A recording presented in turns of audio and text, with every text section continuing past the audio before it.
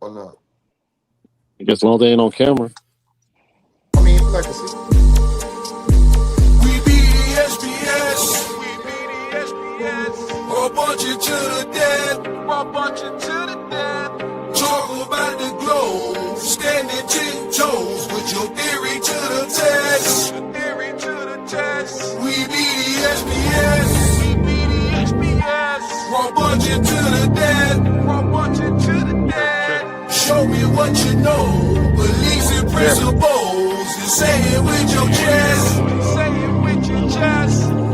Melanin popping, we gonna see conversation, reality. Oh, we can talk in the background on it. We got what you need, a dose of the truth, a brick of the street. Gotta touch grass when you on this scene. Sometimes seem too gray to me. Either it is or it ain't. Gotta keep it tall. Small thoughts, R.I.P. Flawed in all, righteous call. Brofos tall, BS fall. Pull your stack, break your guard. Stereotypes can't play this long. Throw your scripts against this wall. Talking points to your flaw. Legs to limb, take this wall. Gotta keep it trill, gotta keep it raw like yes. Or bunch it to the dead. Or bunch it to the dead. Talk about the globe. Standing 10 toes with your theory to the test. Theory to the test. We be the SPS. We be the SPS. Or bunch it to the dead. Or bunch it to the dead. Show me what you know. Beliefs and principles. And say it with your chest. Say it with your chest. Too extreme to ever be.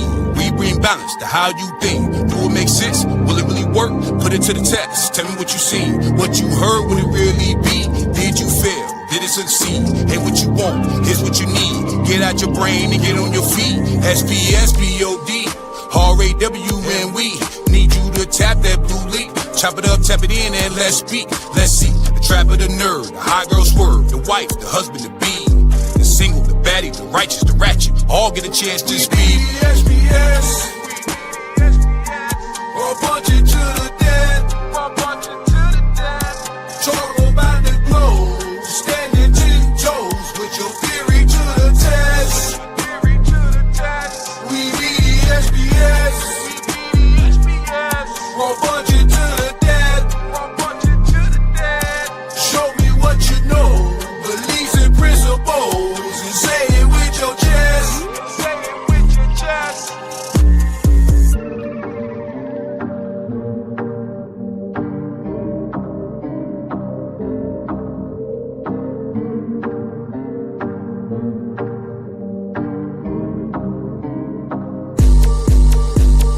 Let's get it. Let's go, let's go. Check, check, check, check.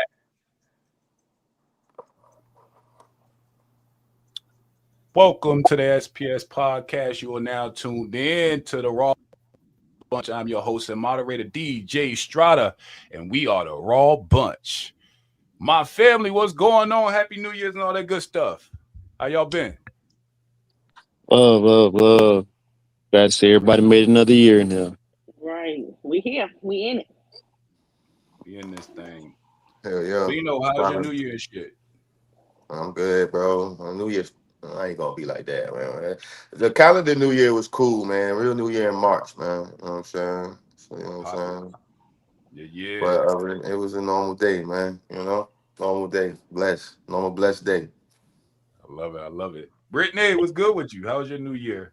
New Year was good. Just know Auntie I took a nap from last night to come on here because if not, I'm like, look, I'm about to end this a little early. But yes, everything was love. I love it. Key, what's good with you? How you been? Everything good. Chilling and shit. New Year good. Chilling and shit. Chilling and stuff. New Year's been good to you? The Saints might be watching. The That's Saints. funny. Today was great. Mm-hmm. Okay. I like it. And CJ, what's good with you, Brody? How you been, bro? Man, I don't want to talk about it. Man, let's just start the show, man. I want to talk about it before I get angry all over again. Yeah, I'm about to put the StreamYard link in the chat. Like I said, we're talking about a pretty serious subject. Just be mindful if you want to join the panel tonight. We are talking about our hometown. We're going to get into, again, some nuances and stuff. But before I get started, I do want to drop the link for those that have been watching on Facebook. You can tap into our YouTube channel on the SPS. Click to get the StreamYard link and join us in the convo if you got thoughts and concerns. So tonight, we are talking about Bertie County, from hometown to headlines, the violence we can't normalize. So the reason why this stream is so important, all of us, we reside in Bertie at one point in our lives. It's our hometown, right? So we've all seen this uptick in violence in one way or another, be it fatal or non-fatal. And I do think it's something that, as the SPS, as the Raw Bunch, this definitely is a topic we should talk to, because I think this isn't isolated, right? I think the more we go into the earth, we're starting to see this same uptick in violence everywhere. You know what I mean? And so when y'all are talking about it in the back chat, I was like, yo, this makes sense. Now's the time to do it. So let's start with Bino and go down the line. What do you see in our county? Like, what are your thoughts on the uptick of violence?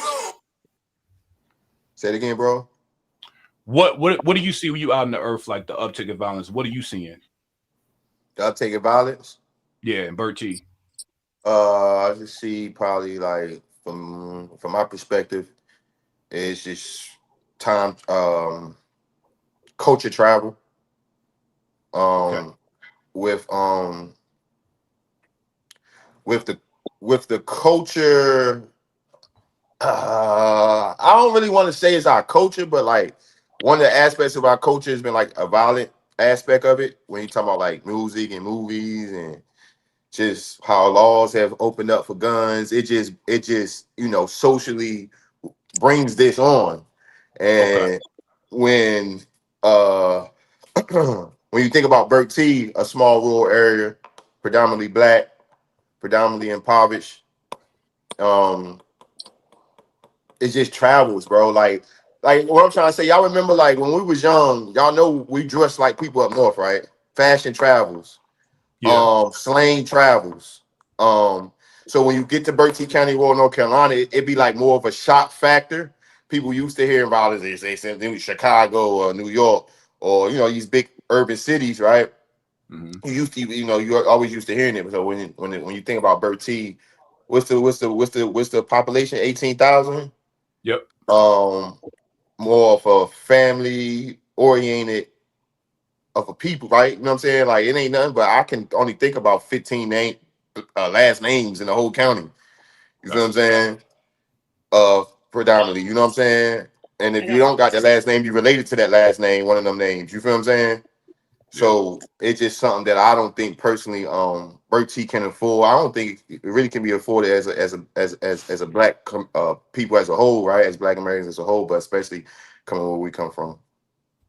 Well, I was just gonna kind of chime in on what you said. You was like how things travel, you see things up north, but did y'all think about that? We have a lot of people sometimes, family members move from up north to down to Bertie. So are they bringing some of that stuff that they have there and introducing it to our youth and family members? Is that something? Nah, that was probably like way back before everybody had TVs and phones. Okay. You could have said that, but absolutely not now. It's the world is smaller because of the internet, right? We feel like Chicago around the corner. You feel like New York around the corner. You could basically know what everybody fucking doing off your phone all across the damn country. You feel what I'm saying? Another example then, like so with the games, when they calling the Crips and Bloods and all that, when we was in school, that was still about, but we didn't know nothing about it. I mean, like far as having it in our community. So you don't think like people moved from up north and came to the south like, hey, this is what, and then they started that branch of it? Or are you just saying here at Bertie they created their own set of Bloods and Crips? I'm curious. I don't know. So this is see what I'm saying about with the question he asked. What I think about when I think about Bertie and the county and the uptake of violence. I'm thinking about culture travel. What you saying is like little nuances that happen over periods of time everywhere.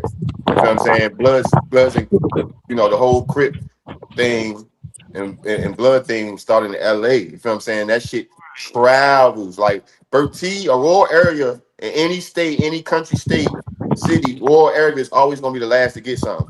So why shit happening everywhere else? You feel what I'm saying? We just everybody just riding their horses and shit like that until you feel what I'm saying? Riding Niggas the don't horses know what is the fuck really crazy. be going on in the rural areas, right? Like now because of social media. You don't really know what the fuck going on in the world because shit, everything comes last. From music to by the time we wearing goddamn fucking polo boots, some bitches was 10 years old. We only country motherfuckers walking around still wearing polo boots. You feel what I'm saying? So like at the end of the day, what I'm saying is it travel regardless if you're talking about like what you asking, yeah, people travel, people get locked up, you know what I'm saying? Shit like that as far as the whole gang shit. You feel what I'm saying? But just overall, like when I think about Bertie County and uptake of violence we having between these last few years, I just think about the culture, the aspect of our violent culture, our music, our movie, all that shit is just, people start imitating the shit in the streets. You feel what I'm saying?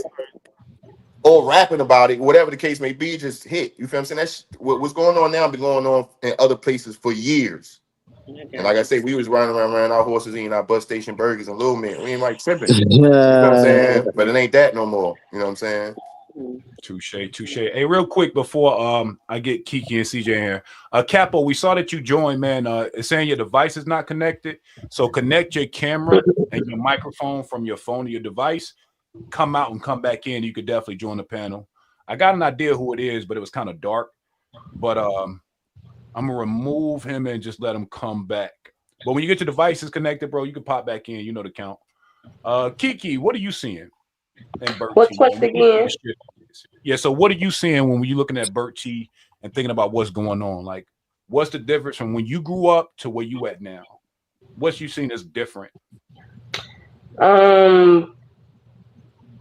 What I seen as different is lack of resources, lack of community support.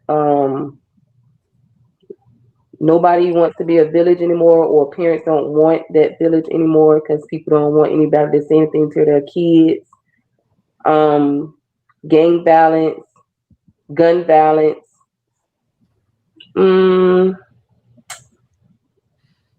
Poor education, poverty, longer work hours, more lock-key kids.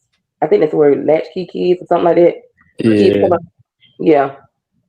A lot of different factors, and it's not too many of them for the good.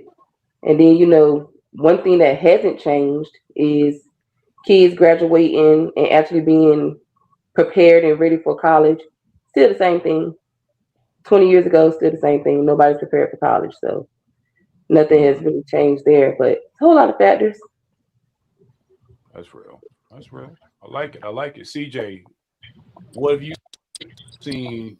The question I got for you is, what does your high school experience look like at Bertie versus what do you think is happening now? What's the main difference you think is this? More guns, less hands. Okay. I say it was a time where shit niggas. I mean, you from around the way, niggas. If they didn't fight you behind the gym lockers or some shit, we was gonna see each other in the street later. Now shit, nigga, put a whole clip in a house, and I know who in that motherfucker. Like they'll shoot first. Don't even ask questions. They just ask for another clip if it go empty. Like, yeah, so that's definitely. I mean, I agree with most of what Kiki was saying, but based on the question you asked me, yeah, like when shit go left, motherfuckers they'll shoot and just aim and hope to hit somebody, hit everybody but the person that they mad at. The pray and spray coaches, yeah. Oh yeah, that shit built different. Touche. So before I ask the first set of questions, man, I did compile some stats. Like I said, I thought this was important.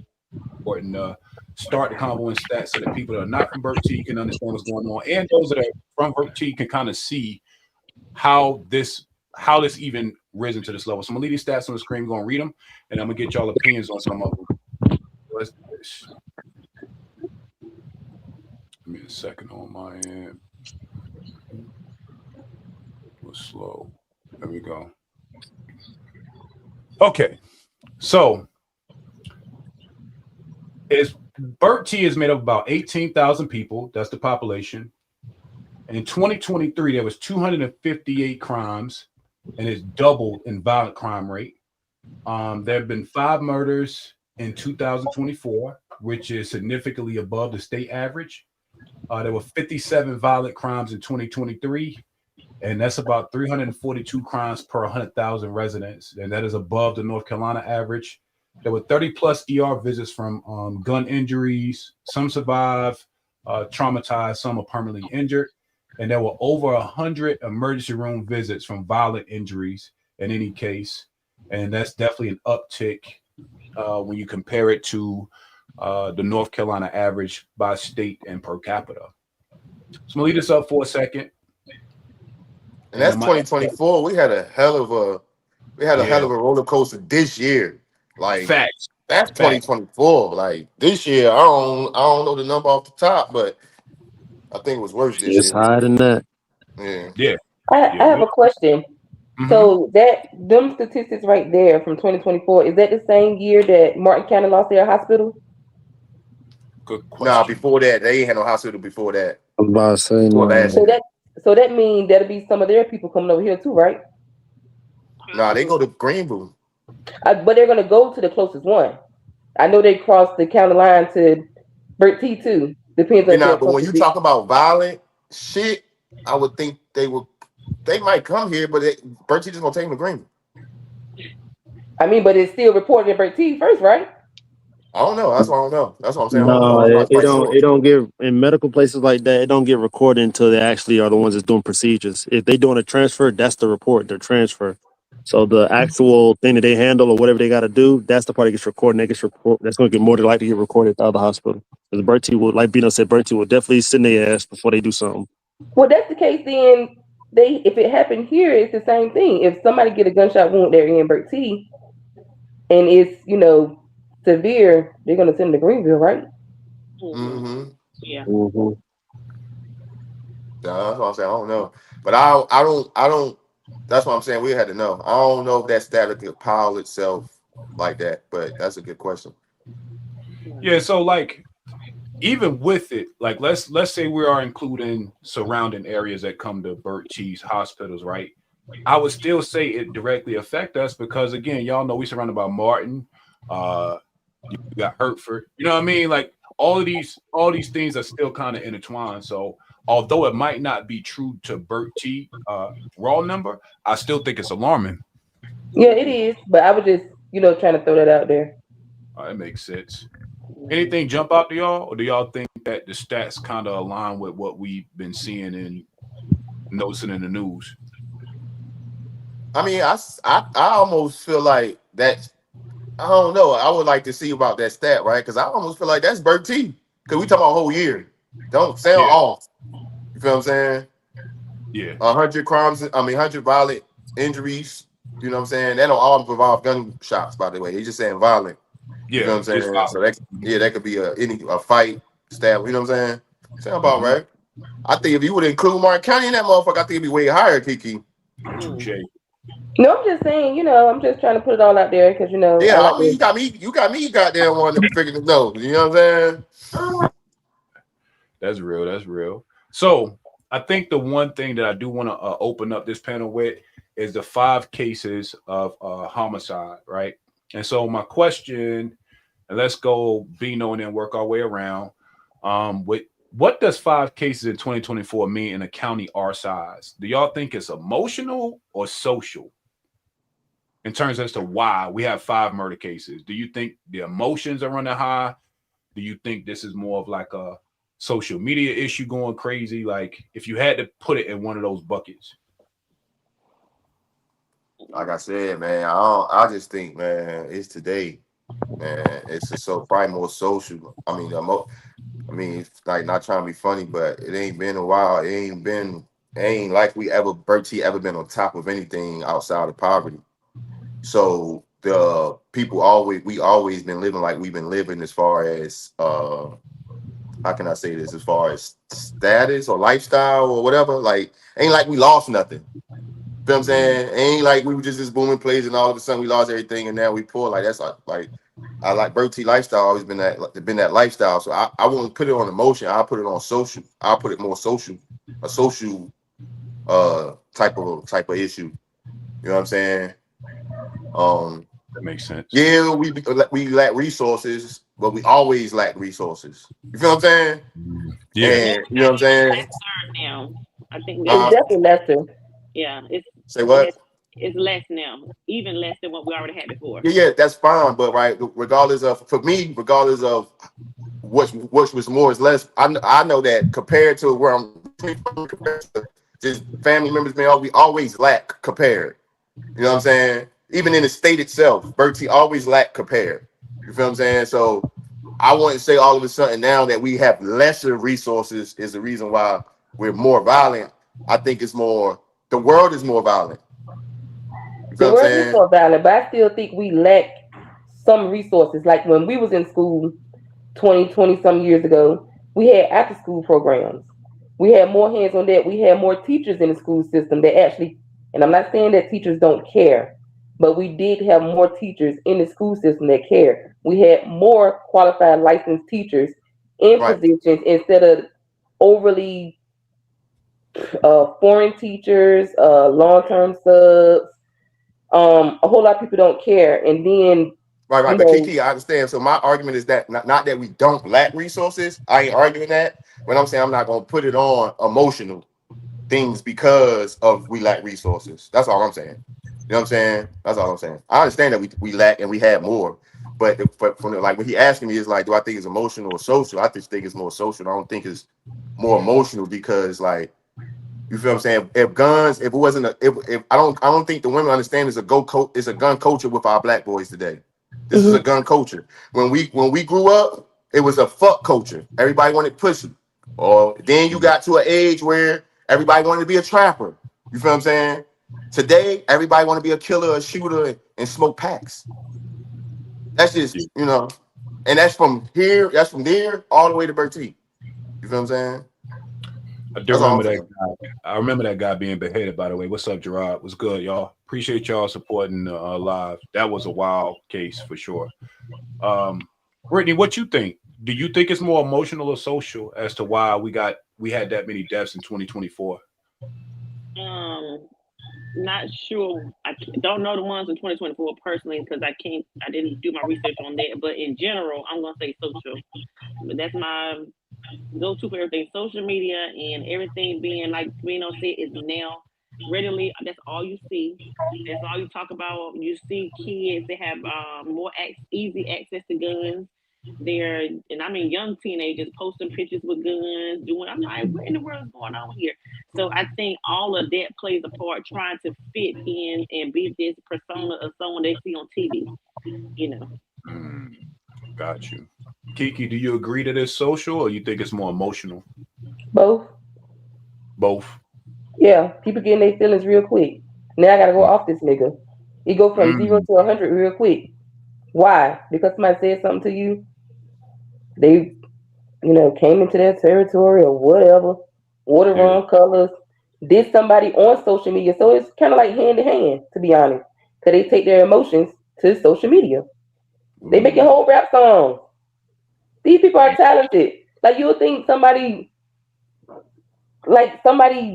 up there made the song, but you're like, oh, that's Lil Kenny down the street. He made that diss track. Like what? Yeah, that's his feelings about shit. It's never that serious. And it's like somebody must have came over here and just dumped the damn crate of guns over here because where the hell y'all getting these damn guns from? Y'all don't even fucking drive. Y'all ain't 18 to go buy these guns.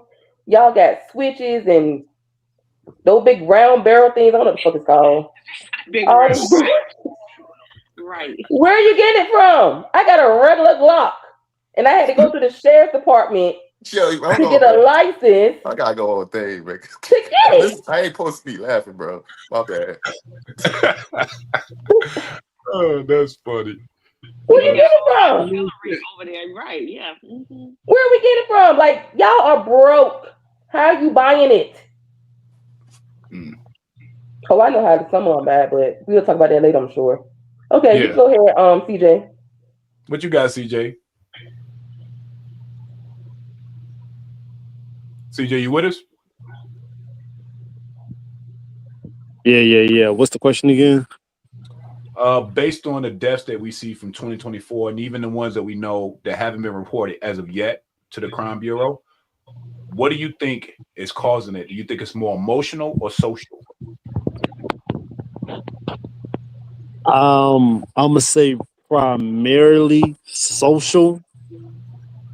I know feelings eventually or emotions get involved or get like triggered as a result of the social media and just in society in of itself. But I'm gonna say social first because the adult supervision over kids has drastically declined since us from the days when we was kids.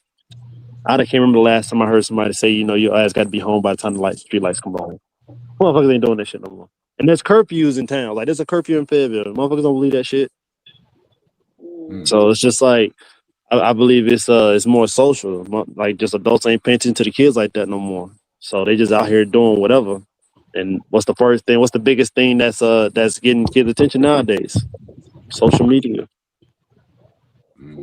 So if the people in the house ain't gonna watch them and keep up with them, what's their influence now? Social media, and that ain't nothing good. That's a bar. That's a bar. I like it, man. Like I said, man, y'all keep commenting, man. We appreciate y'all. Make sure you like, comment, and subscribe to the actual channel of the SPS. When you log into YouTube, look us up, man. We got some good shows. We're gonna get to our next question. It's still in the same vein as the reality check, which is our first topic for the day. But my next question I got for y'all, see where I want to go next with this. All right, so CJ, are we seeing more conflicts turn deadly, or are we just hearing about it more? What do you think is happening? Do y'all think it's always been there and we just seeing it, or do y'all think that it's escalated? Does that make sense? I would say I would say it's always been there. It's just nowadays it's like Bino said, like this shit being like everybody it's on media. So shit gotta get recorded. Shit gotta like niggas gotta like hype themselves up. So sometimes, a lot of times for real, when they do that shit, they feel like they gotta prove a point when they put that camera on.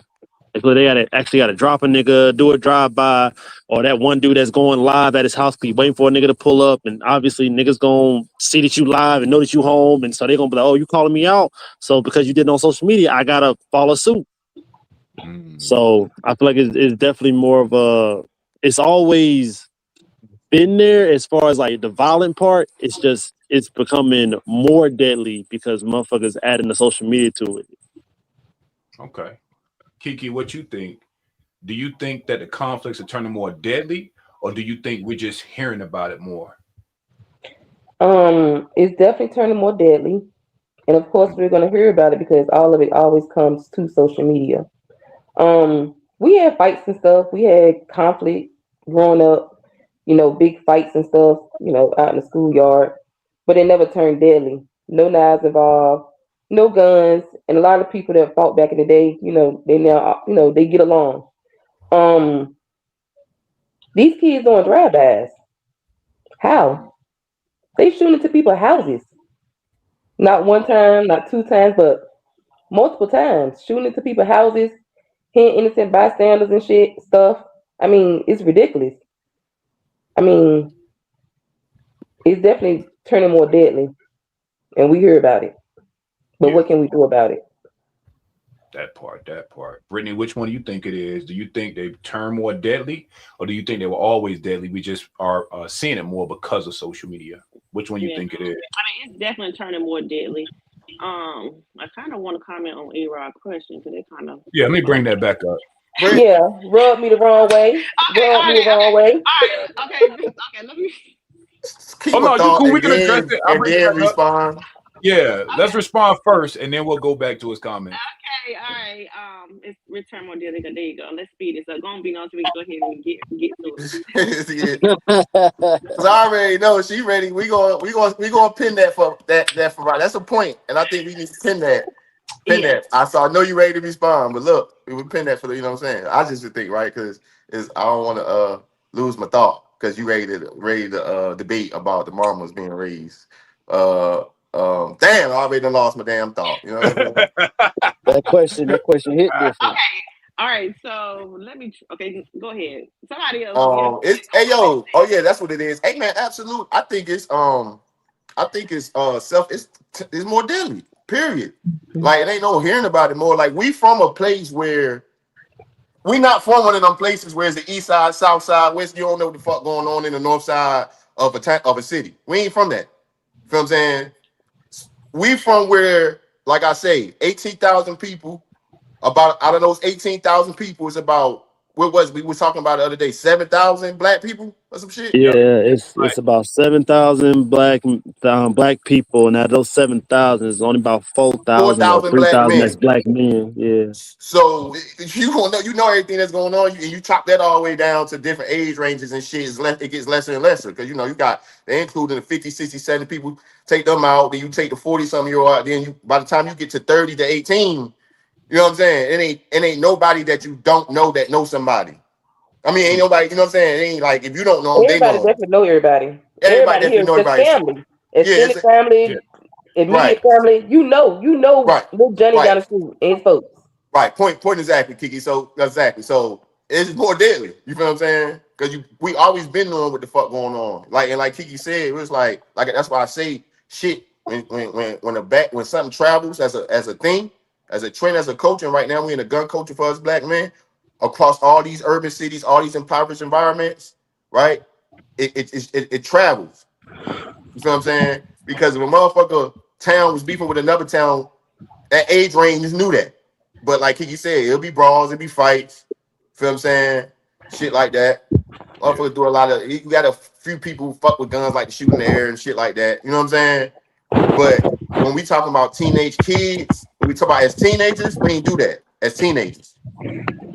Mother start fucking around a little bit when they got older. You hear us shoot out at the club, ain't nobody died, shit like that. You know what I'm saying? You know what I'm saying? These motherfuckers wetting up houses, cars. Excuse me, they're not motherfuckers. Our babies. Let me, because that's how I don't mean it like motherfuckers for real. Our babies is like killing each other, son. You feel what I'm saying? For the pettiest shit. You feel what I'm saying? Right. And out of ignorance and out of following the culture and out of out of honestly as adults in our age range, I think we some of the coolest adults, but I think we also some of the childish ones for our age range. You feel what I'm saying? We rather get along than really do what it takes to be a parent. I don't know what we went through in our generation that makes us like that. I think we went something coming up that makes us like that, but we rather be friends with them than a mother and a father, a wise counsel. You know what I'm saying? I think before from age, self-correction, like before the police correct you, I think we should correct. You feel me? But hold on. But like I said, so think about what you're saying. They come from the age where we had those kids, because the maturity level might not been there for the ones that for our parents that might have had them young. We had a grandmother or an older person, like you said, a village that was helping keep everybody correct. Now we got grandparents that are younger than me. You know what I'm saying? So if you don't have that, I think that plays a part into it. And then just to piggyback on that part about becoming deadly, just you got to remember, like you said, we were fighting. We took our ills. If you lost, you talked about it maybe that one day or whatnot, and it was over with. You know, you had that three-way, and you had to call in, buzz in, and that was it. Because you can no longer take your ill in silence or just for that little short time span.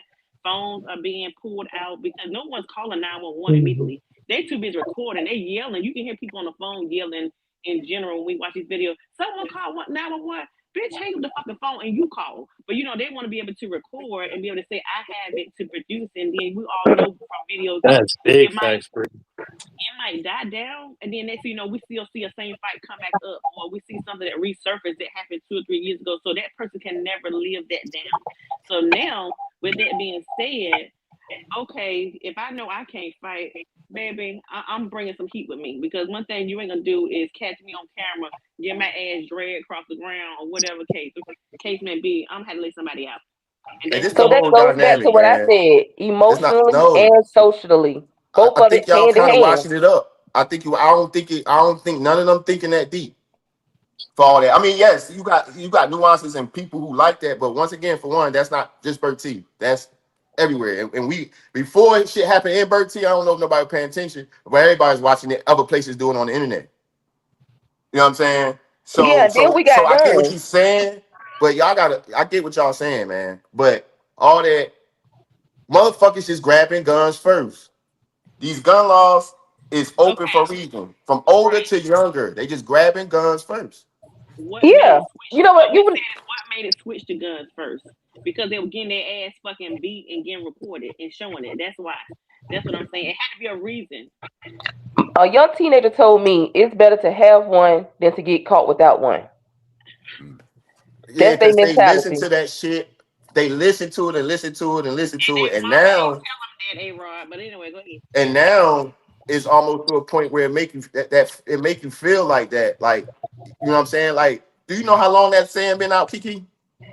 That was my first time hearing it, sweetheart. I'm not a gangster. No, I'm just saying.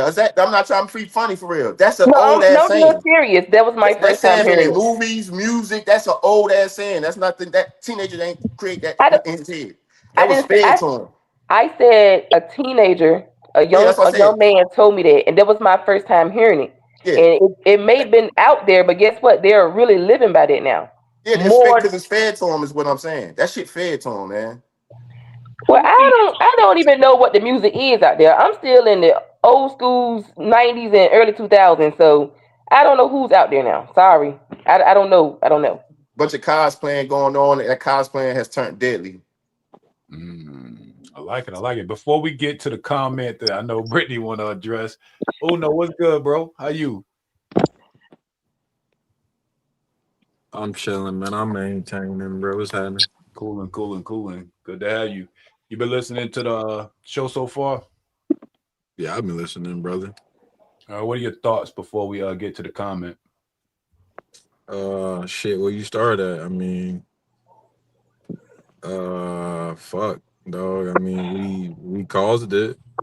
I mean, we the ones that terrorized the neighborhoods, and the young people behind us are just doing what we was doing, but just taking it a step further, you know, because we ain't really got them enough. A lot of us are just dead in prison. So, I mean, that's just what happens. I think it's not as simple as that. Obviously, I mean, if you want to get into systems and shit of that nature, can y'all hear me? Yeah. Yes. Yeah, I mean, you know, if it's so much shit at play that right now, I think the standing point for me would just be, I think we failed the younger generation as being mentors. You got people like me that just dip. I A lot of just I literally just left and I never really came back to do anything but just kind of like, you know, with the music shit, the movie shit, come back, shoot some videos, go back to the hood, put a little money in my people's pocket or something like that. But I never really reached back out to be a mentor to any of the youth. Even though the youth follow me on things and they hit me up and shit, and I connect them to Strada, and you know, we do a lot like that, but not like on some mentoring shit. And I think that's where I think we dropped the ball as like men that are from that era, you know.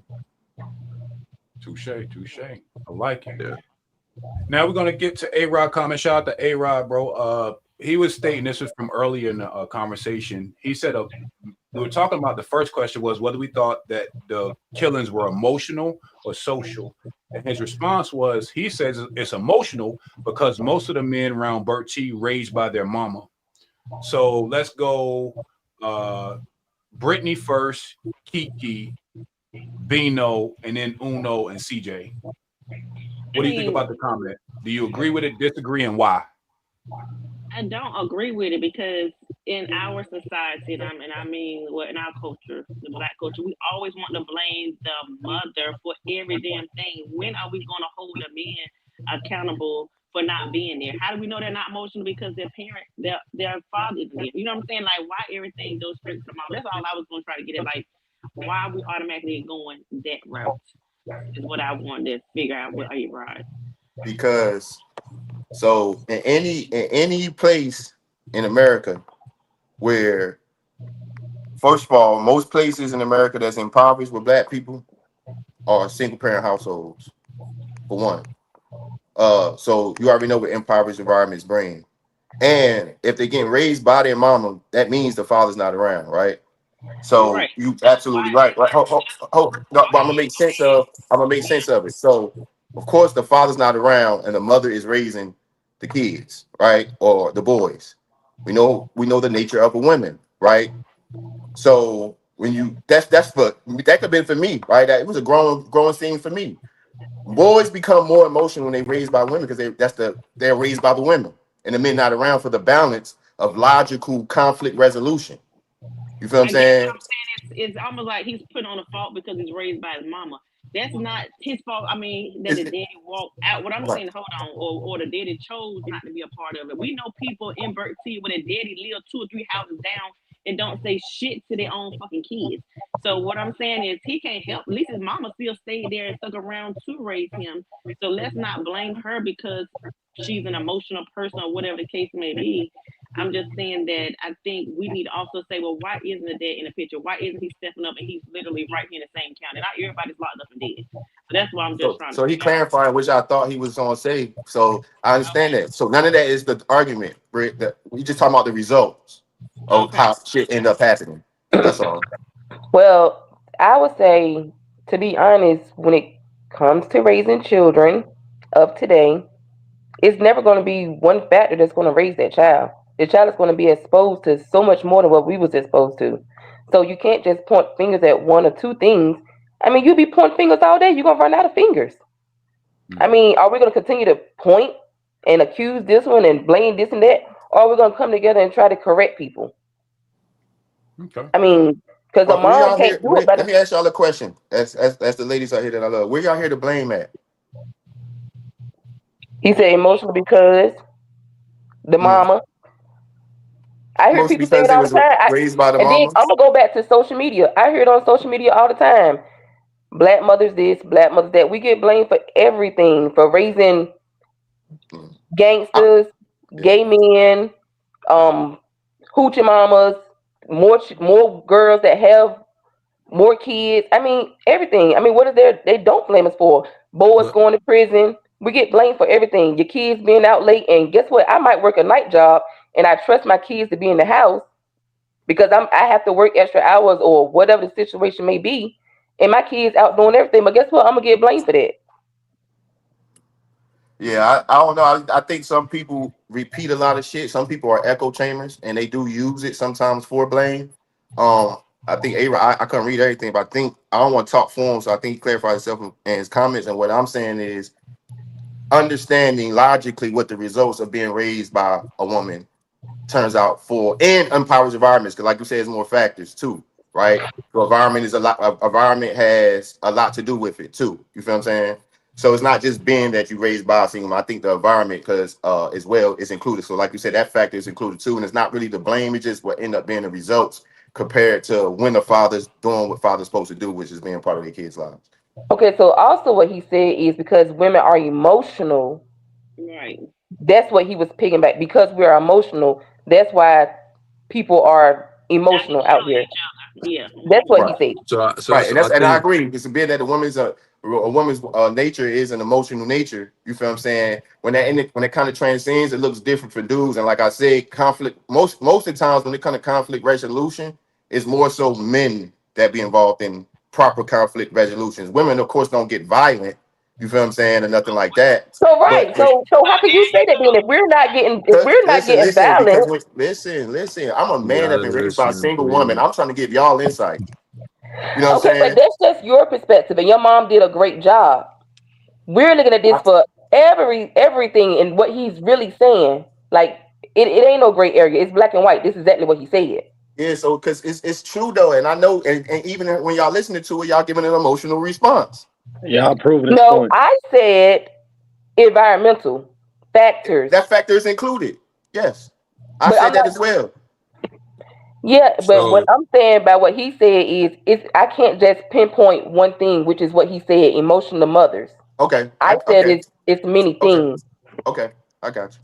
I think it's a lot to that statement in general that a lot of times we gotta add in. So it's not I don't look at it as blaming single mothers at all.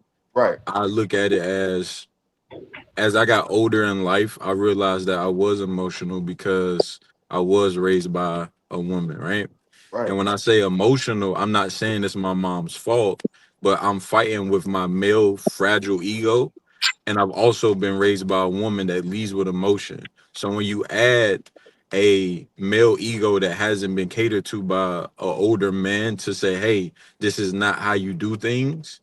So now I'm lost on the ego of a man, right? Where I just innately want to fight. I innately want to be violent, right? And no man is there to narrow that in with sports or anything, or just fill it in with how to be a proper man. Then with the emotional part, that I don't think you guys are understanding, that we're not blaming women, but the emotional part is that the woman leads with most emotion. So now when I'm frustrated and I want to put my hands on somebody, or I don't have anybody saying that's not okay. We don't have, like, when you raise like that, nobody is saying that's not okay. I'm not saying that the women aren't, like, single mothers are saying don't fight or whatever, whatever. But when you have that pure emotion that women have, and that unfiltered emotion, when you lead with that, with a young man that's been raised around that, then he's gonna go out there and the first impulse he's gonna have is, I'm finna fuck this nigga up.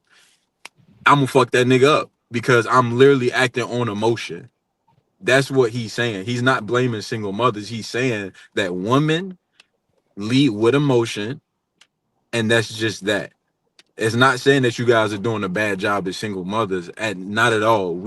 You women are doing amazing jobs, working jobs, going to school, providing food on the table. It's not a slight to mothers. It's really a slight to fathers, because if men were in the house, it wouldn't be happening so much, right? Because there are cases with people that have both parents that act fucking crazy, right? But we're talking about a majority, right? The majority of us are raised by single mothers, and the majority of us lack emotional maturity because we have all this pent up, fragile male ego, or just in general, these feelings that we have not been taught to cater to as men, young men into adulthood. Women cannot teach us that. There you go, Women can bro. only Right. teach us So You woman so things. that's articulated why I'm perfect, getting bro. confused You articulated that perfect, bro. okay. So I'm sorry that y'all feel that way, but I promise you that is not what I'm sure A-Rod was talking about. And that's not how I feel either when I say that, even me, I was raised by a single mother. It took me a long time in my adulthood to realize that I was emotionally immature, and that I had, like, just a fragile male ego, and just, like, I act off emotion, and more, we just emotional. Hey, And that testosterone, the son of a bitch, Kiki. When yeah. when it, you know what I'm saying, when I it's mean, but equivalent to I'm still I'm gonna be blind and I'm gonna just let it go for real because male ego, testosterone, but being emotionally imbalanced brings on violence in the environment. male Don't forget about the environment. environment. Yeah, No, no, don't forget no, about that. no, no. What I was saying was, yeah, in the male environment, but the women aren't the ones that's like, the same little girls that are raised up in the same household as a single parent. They're not majorly doing the same thing. I'm confused. With doing what the violent part. Mhm. And yeah, they might not be picking up the guns, but we don't. We you don't. We much of these girls fight. Oh, we fight way more than they used to. So even then, it's not the same difference when you compare girls and dudes. It's a totally different dynamic for a lot of different natural scientific reasons and just cultural things. You feel what I'm saying? But at the same time, to even bring up the girl aspect of it, girls fight way more than they need to be fighting. Yeah, I fought, and I think I turned out pretty well, but it Yeah, won't but because we my talk about mama. majority, like you're saying, like we always want to keep it majority because of we do the what I'm Yeah, saying. but Majority I'm. girls won't run around Bertie fighting. Kiki was known to be somebody that fights. You feel what I'm saying? It wasn't a mob of women. On the internet, you'll see a mob of girls fighting girls. Like it should be crazy. It's a Mhm. mob. Like they're a gang too. That's funny. I Okay. like it. I like it. And I think Hey that, man, I and I appreciate think all. that's because of the social culture part. You feel what I'm saying? Because that even that dynamic, when you think about it, be crazy how women more tougher. They more for toting guns and shit too. Like that's the culture. That's the social culture part. That's bad, bro. Like if you want to be honest about it. I like it, man. First off, I appreciate everybody's been dropping the comments. I'm gonna bring as much to the screen as I can. Make sure you like, comment, and subscribe to the YouTube channel when y'all get a chance. So if you're watching from Facebook, we appreciate the support there. Afterwards, make sure you go to our YouTube channel, like, comment, and subscribe. We're gonna walk this thing down through the whys, accountabilities, and solutions. So make sure you stick through the whole show. We're really just getting started on this thing. I'm gonna start with CJ next because I want to keep these questions moving so we can move it into the solutions, right? I don't want to stay stuck in the problem, but I still want to identify where do we think this thing is starting from? Because one of the things I've noticed is in order to get to a solution, we have to be very precise on recognizing the root cause of things.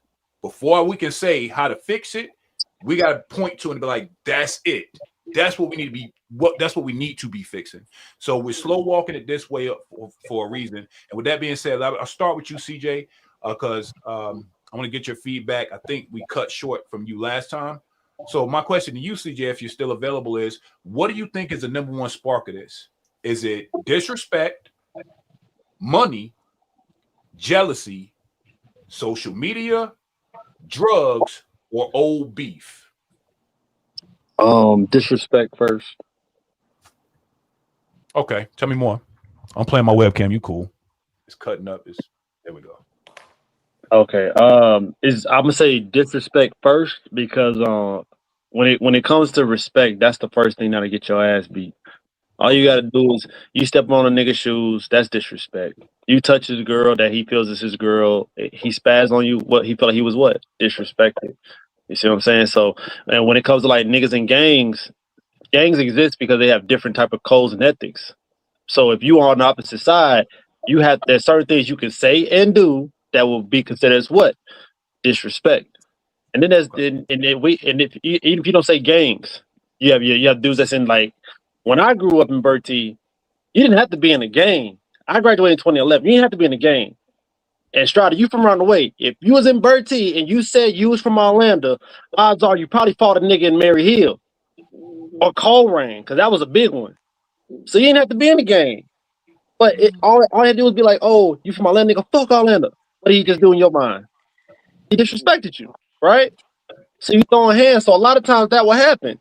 Now, was it goofy, dumb? Yeah, you could say that, but that was just the mentality at that time frame. So I think the primary thing would definitely be disrespect over all those other options because, yeah, niggas will get jealous, but a nigga will get jealous and just steal your shit, but then you stealing his shit, it's still what?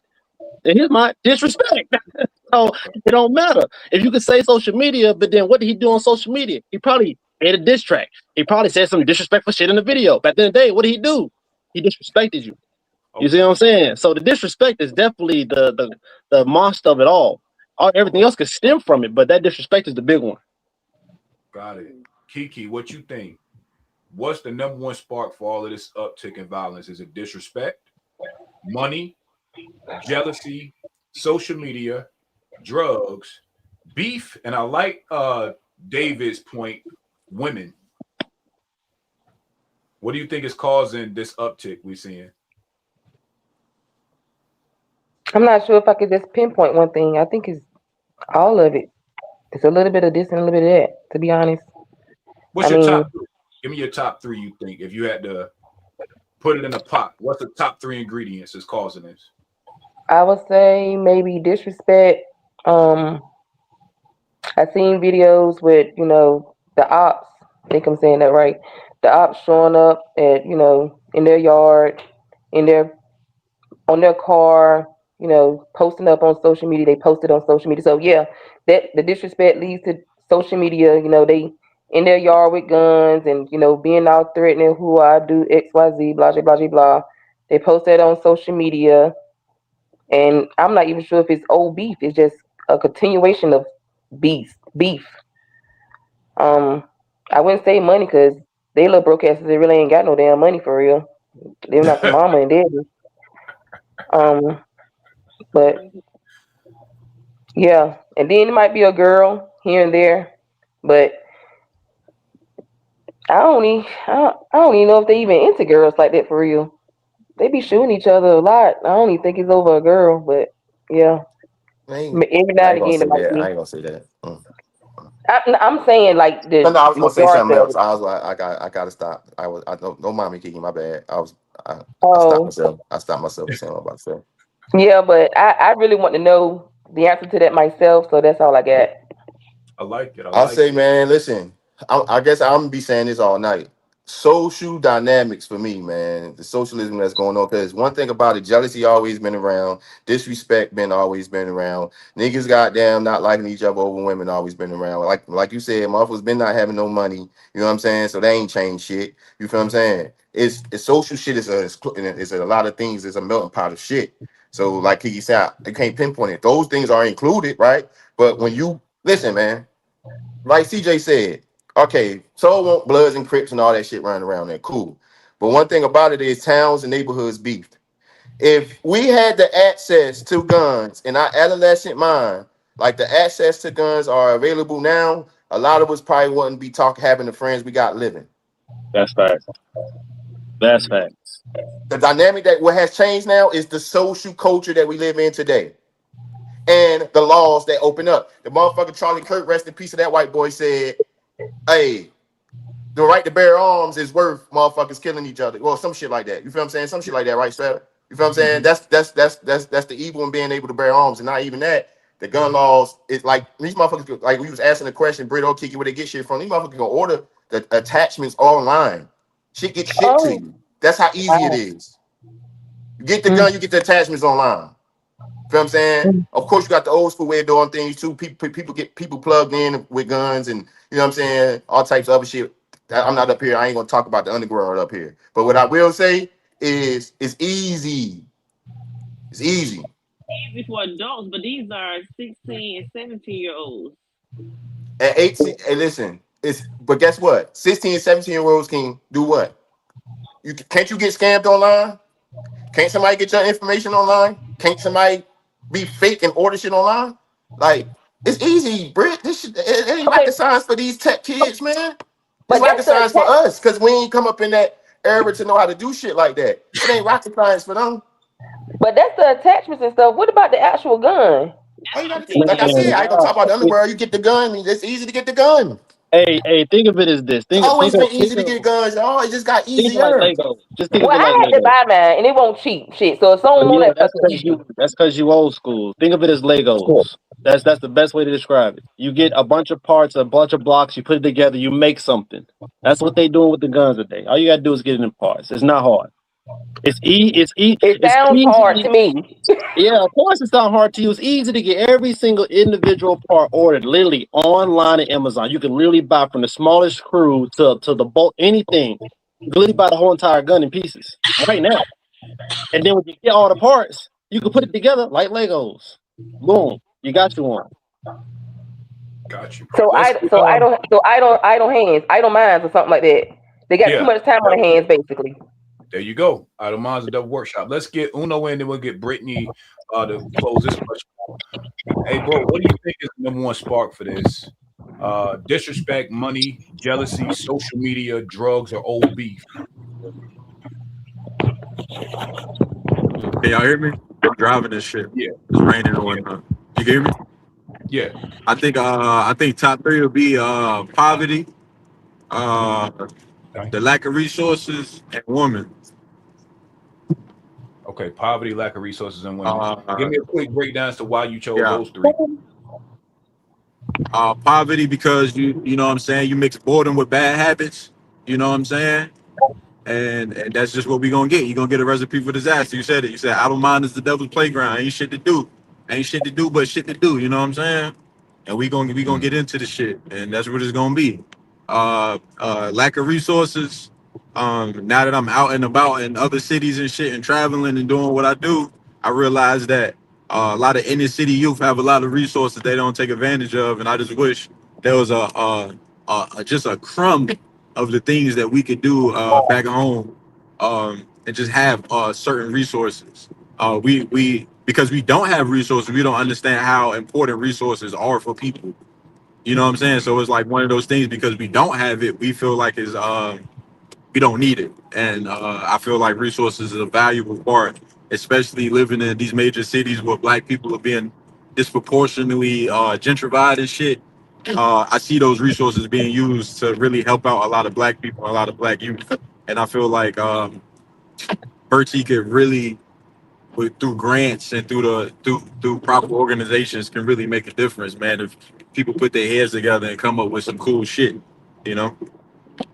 Woman, Right. my top, I put women in there is because a lot of my beefs I was in was because I was chasing down behind women, fucking niggas. Damn man, I can't say it on Instagram, on YouTube. You already said it.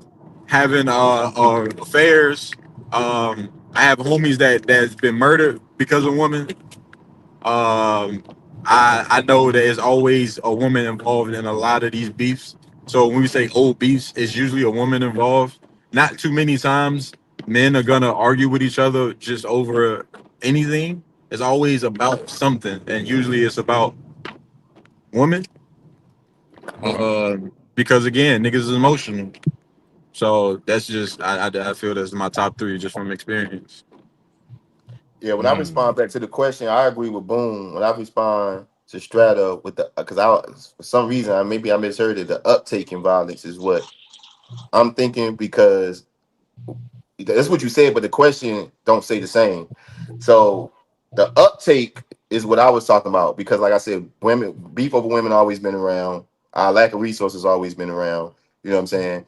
So, but when we talk about the number one spark in violence in general and shit that's going on, like what Boone said, that lack of resources for sure. But Boone, what scared me, yo, right? And I hope I'm totally wrong on this, is that we do lack resources, and the small resource that I know of that people could take advantage of ain't taking advantage of it, and ain't taking advantage of it. You know what I'm saying? So I wonder, would that be the same? Or is it the cool, Yeah, like man. you said, the cool shit to create will make it more of a, you know what I'm saying? I don't know. Right, Because when you said exactly. that, I thought about it, and you're right, because I'm from different, lived in different cities and traveled. I'm like, they don't, but I know of a particular resource that stepped out. And when I went there to that particular thing, and I look who came, it was like, damn, motherfuckers ain't even take advantage of this. Yeah, right. So that's another part, right? So in these bigger cities too, right? You have millions of dollars, bro. And I'm not even being funny. You have 200. Because I work with youth, right? So my budget that I use, I'm working with literally $1 million budget. But as a whole, we're literally looking at $500 million of allocated funds to help out inner city youth, right? The hardest part about these funds and allocating these funds is that you have to educate the communities, because they don't fucking know. Because how would they know if they're at work all day? The kids go to school. The school is not connected to the school doesn't care about connecting you to these organizations, because they're taking money out of their pockets. So they want you indoctrinated in the prison pipeline type shit. So they want you to stay in school and not go out to these resources that can actually help. And then, like you said, the cool aspect. It's not cool to be progressive in the black community, dog. It's not cool to say the right shit. What's cool is me getting up here and being like, hey, fuck all this shit. Y'all niggas is some hoes, and these bitches ain't shit, and y'all single mothers is to blame, and niggas is just sad, right? I say that shit, this whole fucking video go viral. You know what I'm saying? So what happens is that we gotta make the shit cool. You gotta somehow educate these people to the fact what they think is cool, to not be indoctrinated and not be indoctrinated into this violence that we keep on motherfucking cycling. And that's just what it is, man. Like you said, and it's only it's not a sad thing. It's literally the truth, you know. Like, if people in bigger cities not taking advantage of $1 million budgets, what you think somebody in Bertie is going to take with just a little bit of opportunity that they have? They don't even fucking know probably. They don't even fucking know. I was waiting for you to finish. You're right. That's very true for the millions of the people that's in the areas that like where you at and that happens. But one thing about Bertie, that's why I ain't gonna give Bertie a scapegoat at, because motherfuckers know everything else that ain't no good. How you missed it? You ain't missed that. You ain't missed that. They looked It's over easier it, brother, to because it ain't engage in some cool. bullshit on social media because it's in your phone, and all you got to do is look and engage. But when it's like, all right, let me go take my little nigga over here to this place where these people's doing this at, that actually takes you more than being somebody's business through social media. You seen that, but you feel what I'm saying? And that's what it's gonna take, Bino. It's gonna take somebody with your mindset, with Strata mindset, and that is an arm reach to literally do some shit like that. Sometimes, and I've done this here, and I wish I could travel back and forth and do shit, bro. Sometimes you really just gotta pack motherfuckers in the car, bro. What y'all niggas on, bro? Get in the car, bro. And literally just take these motherfuckers there, man. Sometimes sometimes you really just gotta do shit like that, bro. You just gotta go pick ass up, man, because ain't anybody else gonna do it. They parents work 24/7, man. We all know it, bro. Nothing changed, man. Niggas is working in factories. My mom, bro. I remember it was a point in time when shit, man. My mom, I didn't even see my mom for days, man. Cause I be school, she working, going to school, like it's like having a fucking roommate. So how the fuck was I supposed to get anywhere? How was I supposed to do sports? How was I supposed to do anything if my mom can't even take me places? She's my sole dependent. So if she's working 24/7 and I don't have a ride to anything, then what the fuck you think I'm doing? I'm outside. And that's where those lacking resources come in. Exactly. Nobody had the balls to pull up because we stayed in Orlando. Nobody had the balls to pull up and put niggas in cars. But you know who did do shit like that? Was that nigga James. I don't know if y'all know that. Shout out to James, man. James was trying to get niggas. A lot of us at that time were trying to hear what that nigga was saying. Cause James Winston for sure. James Winston, you know what I'm saying? That nigga, that he will pull up on us and be like, get in the car, bro. I'm about to take you somewhere. And I hop in the car with him, bro. And he was showing me how to start a business, how to have business mind. But again, you talking to a 15-year-old, 16-year-old kid. I ain't trying to hear that shit. So again, I failed at that.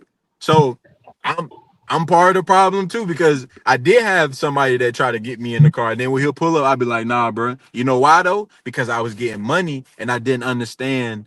You know, James, and that's like influence James too. That's one person compared to what a whole neighborhood of people who ain't on that. You feel me? So exactly. You know.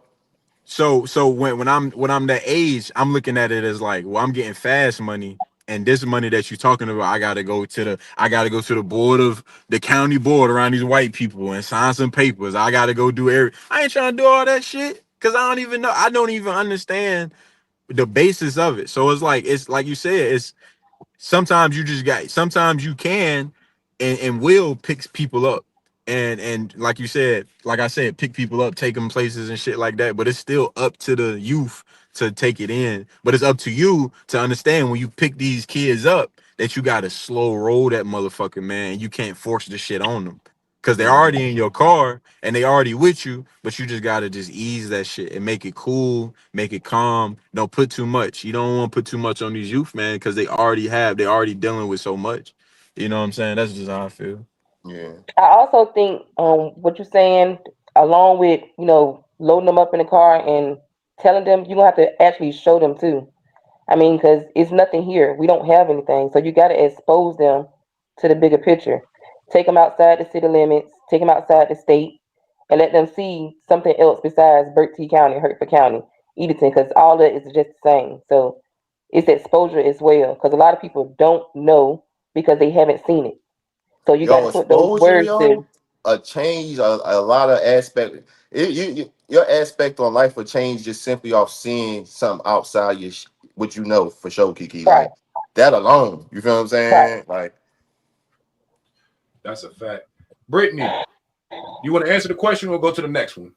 We can go to the next one because I agree with everything. That's what I figured. We'll start with you on the next one. Because like I said, man, this is a dope convo. If you're watching, make sure you like, comment, and subscribing. We appreciate all the support on Facebook. I'm going to keep reminding y'all, man. Like I said, this is a show we do weekly. If you like this content, jump over to YouTube after this joint is over with. We need the subscribers. We need the likes. Drop the comments. Let the world know you're watching. You hear me? All right. So this kind of go into what Boone was talking about, right? And so my question to you, Brittany, is do we have a conflict culture problem? Well, meaning, walking away is viewed as losing. Like, is that the problem that we're having in Bertie? And why? It's considered losing and also considered weak. Because if you're walking away or whatnot because you don't want to fight, more niggas might say, oh, I can just pick on this nigga or I can get whatever over him because he ain't, you know what I'm saying, stand his ground or doing whatever. So, yeah, I mean, you're going to have to prove yourself to some point. But that's why we talked about far as throw your hands, whatever, everybody get to live, walk away. But they're not doing that. They're going to the extremes. They pull guns. And I think that's where the problem comes into play. I like that. I'm gonna get Kiki, and I've got another question for the fellas. Kiki, do you think we have a conflict culture problem? Yeah. Or walking away as you just losing? Why do you think that? Why do you think it's there? Why is it existing that way? To be honest, I really can't say because like a lot of this, I mean, we some old heads and roosters up here. To be honest, You we some can old only heads. I ain't gonna sit there on me. nigga you with me, and we can only speak from our perspective and what we seen growing up. It's a whole different culture out there, to be honest. And I've never been my kids' friends. Always been a parent. Now, it's some parents out there that could probably tell you all the tea about what's going on in their kids' lives and their friends and the ops and all this and the third and know all the lingo. I don't know that. So I really can't tell you a lot of the whys. I just know what I want to see. And I can, visualize the plan on how I want to, see that play out. But yeah, because what little bit I do know, I feel like, yeah, it's definitely weakening. You ain't finna think you're gonna run up on me no type of way. And like I said, which is an old saying, I'm just, learning that it's better to have one than to get caught without one. So yeah. Touche. Now to my men, I think Uno might definitely be riding, but Bino and CJ, right? My question to y'all is, as men talking to young boys, what's that fine line between talking to these young men about conflict culture, and what is a message as older men do we have to pass to them about conflict culture and walking away? Like, is there a line on this manhood shit between walking away and conflict resolution? Like, is it more nuanced? Like, what do y'all think as men talking to younger men? How do we do that? I don't know, man. Like, I just got a different sentiment behind it all.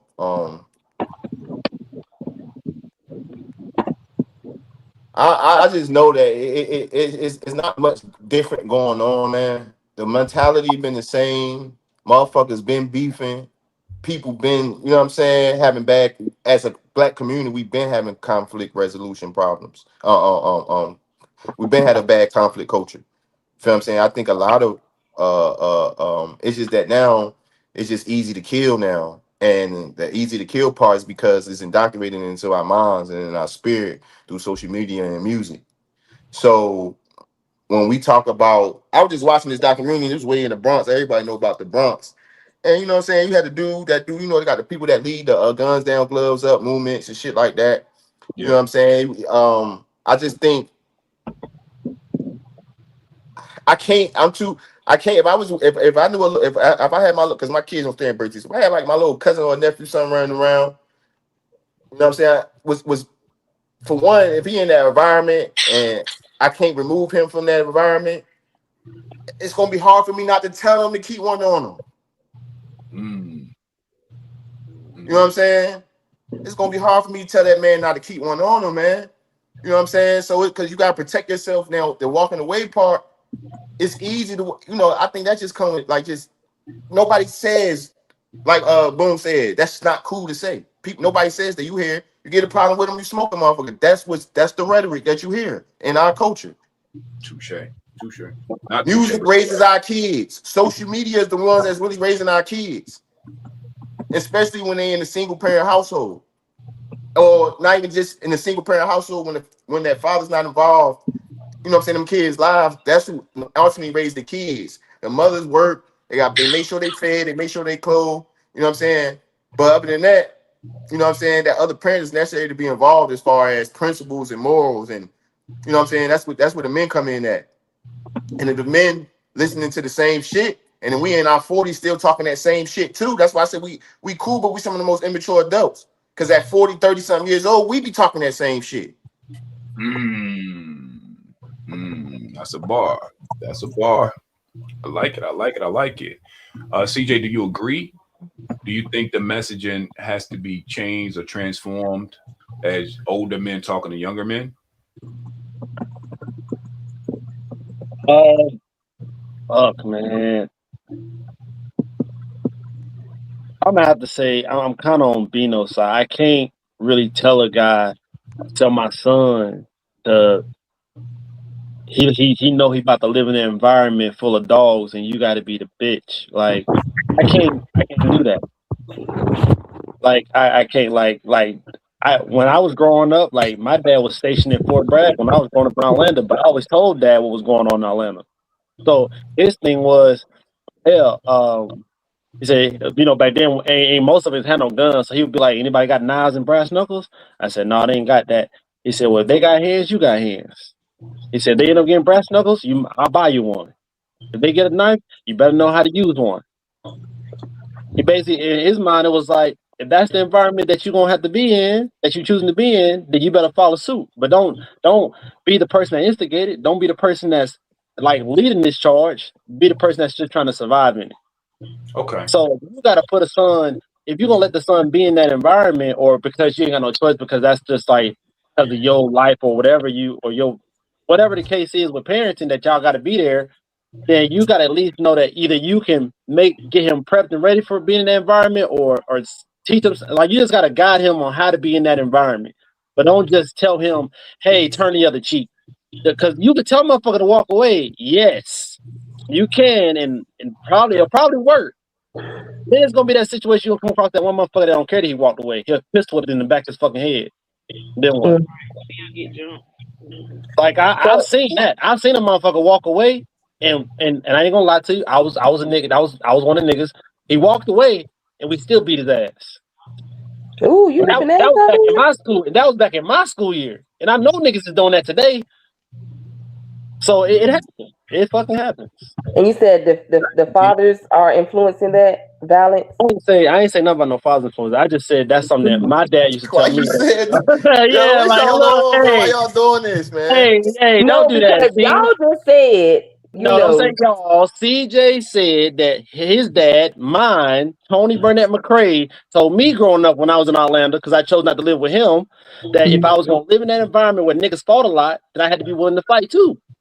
Okay, so if I have a son that's in the environment where almost every nigga he hang around with got a gun, I'm not gonna downright tell my son that hang around that's around niggas with guns, whether his friends or not, to not have a gun. I'm more so gonna either have to get him one or tell him how to not be in that environment somehow.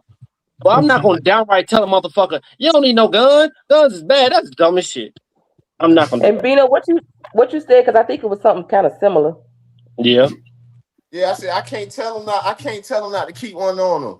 See, the thing about it is you responded back then to that emotional response. We not saying we telling them how to navigate. Exactly. Just because CJ Pop told him, hey, defend yourself. That's not you know what I'm saying? Is a thing. Defending yourself is a thing. You supposed to defend yourself. You feel what I'm saying? But these emotional responses of killing people is what's going on for the most part. That's why houses and cars and shit getting sprayed up. Ain't nobody defending themselves.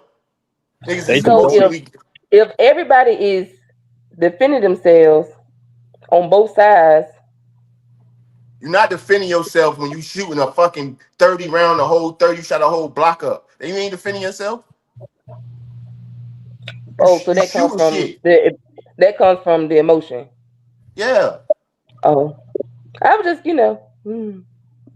Yeah, and I think here's another piece to it too, Kiki, because I get exactly what you said, and again, that was actually sharp. You picked up on it. Here's the other piece. That's all I see. That's what I'm saying.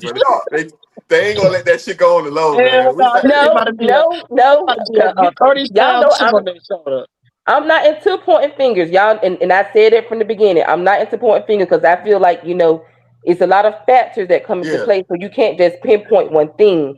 But I had to piggyback because I'm like, what? Am I hearing what? Need some clarification. Yeah. Because here's the other part to it, Kiki, and this is the other piece of manhood and masculinity, right? Before we even get to the defend yourself conversation, we're teaching our young men to be upright, right? And so what happens is once you teach these young boys self-respect, they walk into the world with self-respect, and it keeps them from playing with the boundary of disrespecting other men because they understand the importance and the price of it, right? And so I think that what you were hearing is like part of the conversation, but that's like lesson 10 and lesson 12. First, I got to show you how to be an upright man. Don't be out here lying. keep your word, look niggas in your eyes when you talking to them, walk upright. So you get all of that before we get to what they doing out on the block? Stay out of situations that'll put you in a bad situation. Right. You know what I'm saying? You said all that first. Awareness. So before you even have to even pull that pistol, knife, whatever, your situational awareness will keep you alive because you're not even around the bullshit when it pop. And that's the part about manhood to where I'm not gonna make this man and woman, but I'm just saying the importance of fatherhood, Kiki, is that part to where I can tell my son, bro, scan the room. When you walk in the room, find the exit. That's the first thing you do. You assessing everybody in the room. Who's the most dangerous? If shit go left, who's the first one you got to take out if it goes there?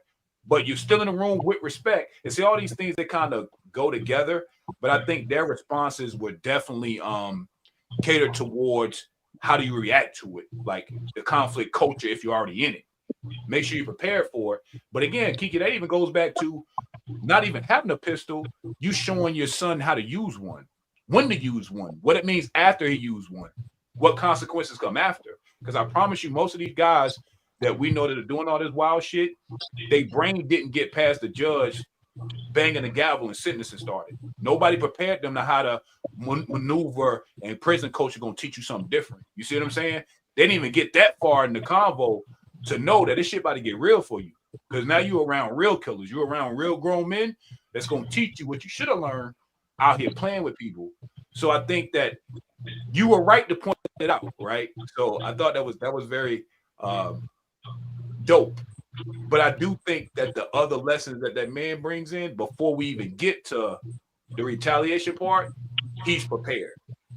Okay, I got a question because y'all seeing the man. Yeah. So what Bino and what CJ said is what y'all would do. And let's talk about what's really happening in Bertie, because they're not doing what you're saying. Hey, this is survival mode, and if y'all need to do this, defend yourself.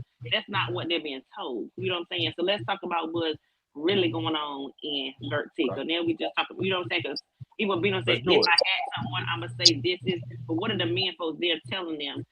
What do y'all think is going on with that part? I don't think they're being told anything. That's why I was about to say, I don't think motherfuckers really being told anything. I just said it's a lack of parenting, so I don't think it's many parents. Notice I'm saying parents. I ain't even put a gender to it. I don't think there's many parents watching the kids in general. Yep. So why you think they're not being watched? I already said it, Bree. That's a great question. At the end of the day, I'm not about to do. I told you we were talking. I ain't doing no scapegoating shit for nothing. Yeah. Niggas our age range still be talking that nut ass dumb ass shit. You feel what I'm saying? Right. So they not being directly told to do what they doing, but we can't do the whole do as I say, not as I do thing. We can't do that. Mm. You know what I'm saying? We got to be the example.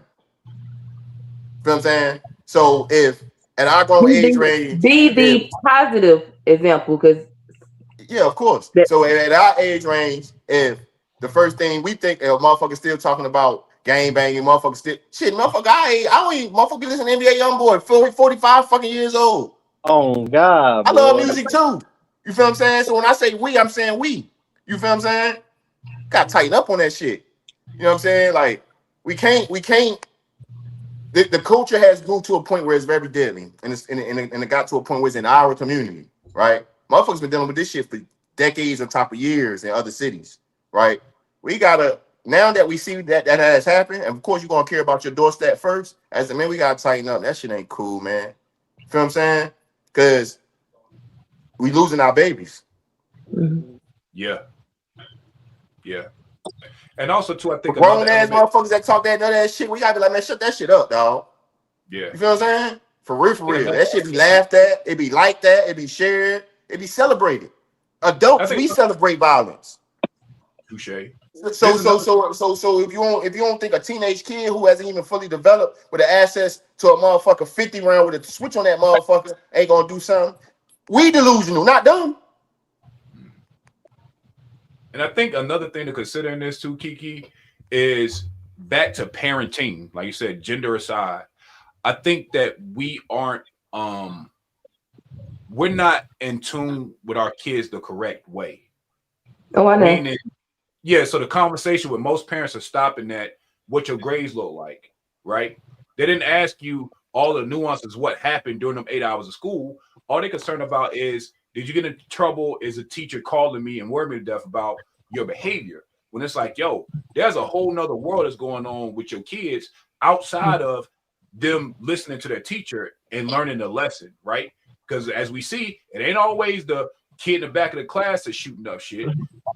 The influence is wild, and it goes way deeper than the couple of times they're listening to the teacher. It's what's happening at lunch. It's what's happening while the teacher's teaching and all the other things that, because we've been in school long enough to know, we gotten shit the teacher teach through it. Because they're not even aware of all the things we're doing as students.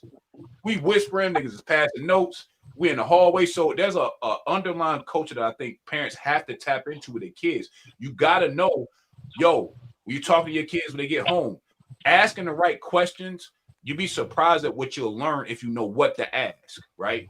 So, for example, at 5, I asked my daughter shit like, how did you feel at school today? Or tell me about a new friend. Tell me about one of your friends I don't know anything about. What you learned about them today? So now I'm gearing her brain that when she talked to daddy about school, I know you smart, right? So I ain't gonna ask you, are you understanding the teacher? Because I'm gonna see that in your report card. We'll deal with that later. I need to know how the fuck are you showing up and representing my name in this school? How are you interacting with other kids? Are you being nice? Was somebody mean to you today? Like, these are the things I need to know now so that at 14, 15, I'm not caught off guard because these girls been fucking my daughter and I don't know nothing about it, right? It's the conversation be cool though, bro, and not trying to cut you off, bro. Just let me interject though. And I think a lot of parents had these conversations with their kids, but I had a great mom, and anything that I did outside of what my mom told me was environmentally influenced. It wasn't householdly influenced. You know what I'm saying? So you can have a conversation all day long, and your daughter, son, end up in some bullshit because, like we said, hey, you in this environment, you know what I'm saying? Because the law don't care about none of that shit. You feel what I'm saying? For the most part. So it's like the conversations be good, but I think ultimately what we're able to do, and what's unique about our community, we're able to, like, we're so small and so intimate, right? We're able to our environment, we're able to change our culture in Bertie. We're able to do that.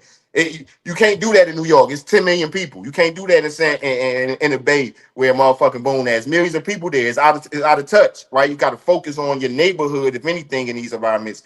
But what's unique about our county, we still so intimate as a county that the adults can environmentally change how we operate in our county. Well, we got to give them the buy-in. You know what I'm saying? But that's what I'm saying. We gotta literally retool our parents to tap into their kids better, right?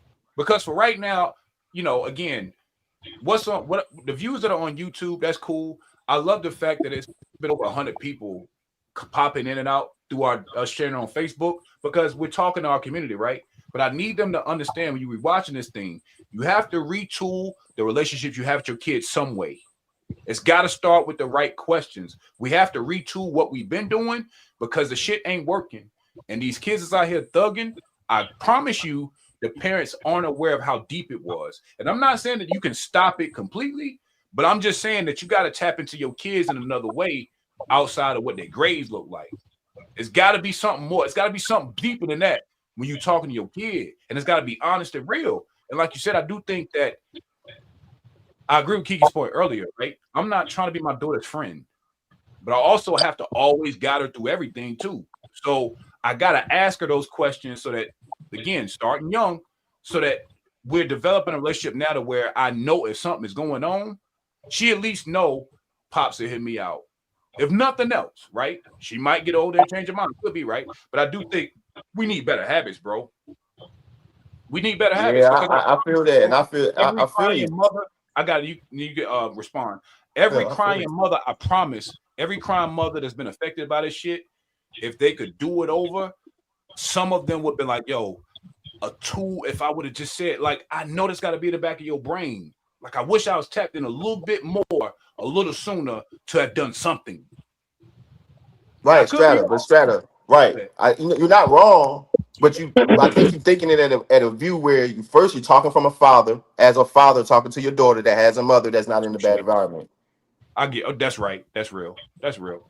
For one. For two, this is where I don't put the pressure on because like you said, that's true. The mothers, we talk about single parent households, and 9 times out of 10 is the mothers with no father or positive male influence.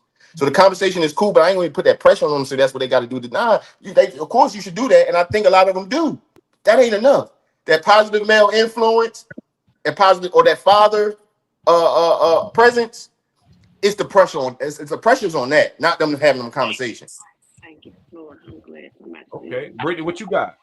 I mean, that's all I'm saying. Like what Beyonce said is true, because even your comment, y'all don't understand. Even I know y'all are not putting it on women. Y'all saying that as a crying mother, she's saying she could do something different. And no point y'all are saying as a crying father, like, damn, I should have been more involved. That's all I'm saying. Like, even though you're not blaming single mothers, I want to hear the word father or male figure being used more in this conversation. That's all. That's the thing I'm trying to get everybody to understand. Hey, Brittany, if let me ask you this question: why you think we not saying that? That's what I'm trying to figure out. I mean, because if we were like, well, dang, if with them not having fathers in their life, this is this, not because they was raised in single mother parent households. I want to hear that reason, like from all y'all for me up here. I want to hear that part of it, because Kiki and I can both speak from the single mother standpoint, because granted, we didn't start out as being that's what we want for our children. You know what I'm saying? So we can speak on that part. So I want to hear from y'all, being from, I think for the most part, everybody up here might have been raised by a mother, but what was it like not having, possibly for some, your father figure be in your life? Let's speak on that part. You know what I'm saying? Because we know I think like for Strata, I think Strata right though. I just think it ain't enough, and I think so like for instance, if we want to say something different, like how Strata saying, and I don't, the thing about it is it's hard for me for them to do this when we lack those resources, which is put your kids in places around people who are positive male role models, even if it ain't the father, right? But damn, it's like I can't even lean on that for real, because where that at around our Because community? we ain't got number about 2 or 3, and I mean, Yeah, where that at? You feel what I'm saying? So it's like, damn, that's hard to even say too. So that's why I say I got to put on this part. This is a part of where I say this is where the balance, where we say yes, we understand that men, young, especially teenagers, emotionally respond to violence because they get raised by mothers. But then that's just where that's where the pressure come in on us as the men, the men of the fathers of the community, the uncles of the community. That's where the pressure come in on us at. Right, that's one of the problems, that we don't have the enough male role models or fathers stepping up to the plate. That's all I'm trying to hear. This or just people, period. Because people, period. But because if I should be able to check Brittany's daughter in public, if I see her do some shit wrong without Brittany calling me on the phone and trying to cuss me out, don't say that to my child. Yada yada yada yada yada yada. It really do take a fucking village. That's the part I wanted to hear. That village don't fucking exist no more. So, Brittany, you saying, oh, I want to hear more about the fatherhood. We already agreed on both sides of the spectrum that most kids are raised by just a single mother. So when it's just the mother left, now you can't talk about the father. You got to talk about father figures. You got to talk about uncles or just male figures in there. But guess what? That becomes the village, which the village has been getting shut down, denied, and just kicked off the curve for a long time now. I remember there used to be a village growing up. That motherfucker don't exist no more. And I always saw it started with that mother shutting it down the moment a child that belonged to them got corrected, especially when a child definitely fucked up. So it's like these male figures existed, these father figures existed, these uncles existed, the big brothers that's not a big brother, they existed. But if a woman if a mother shuts it down, ain't nobody about to argue with no mother about her telling her, hey, you don't talk to my kid like that. That's my child. Hey, guess what? But CJ, you absolutely right. You absolutely right. But that's us right now. You know how motherfucker be like, man, you know how motherfucker, you see that shit all the time. Motherfucker like, man, ain't nobody cooking out. Nigga, you at the age where you supposed to be on the grill. Ain't nobody doing things. I'm gonna tell you what something. A lot of us didn't do things around adults and parents, right? A lot of us did things sneakily with not the adults, but in America they were different adults. They were way more mature than us. Motherfucker, right now, as adults right now, we got some adults out here right now who be into the shit too. Live through their children. So the village, the reason why the village doesn't exist because we ain't been the village. Us. We ain't been in the village. I'm talking about as a whole. So right, hold on. What you think is stopping that? What you think is What's stopping stopping that? it is our immaturity, us. When I go back earlier, what I said, a lot of us as parents, fathers, and mothers, we like to we almost choose the cool aspect part of the relationship with our kids than the wise counsel, the judge, jury, and the trial. You know what I'm saying? We do the cool shit before we do that part. Me and my mom ain't became quote unquote cool till I was a whole grown fucking adult. Before that, I can never say I was cool with my mama and she was cool with me. Hell no, it ain't about being cool. So what Gerard said, you used to have to scoop the smoke. Now your parents smoking with you, going to buy your drugs for you because, I'd rather know where they get it from and it's safe, so I'm gonna buy it for my child. You used to be, even now, you still got to be 18 to get tattoos.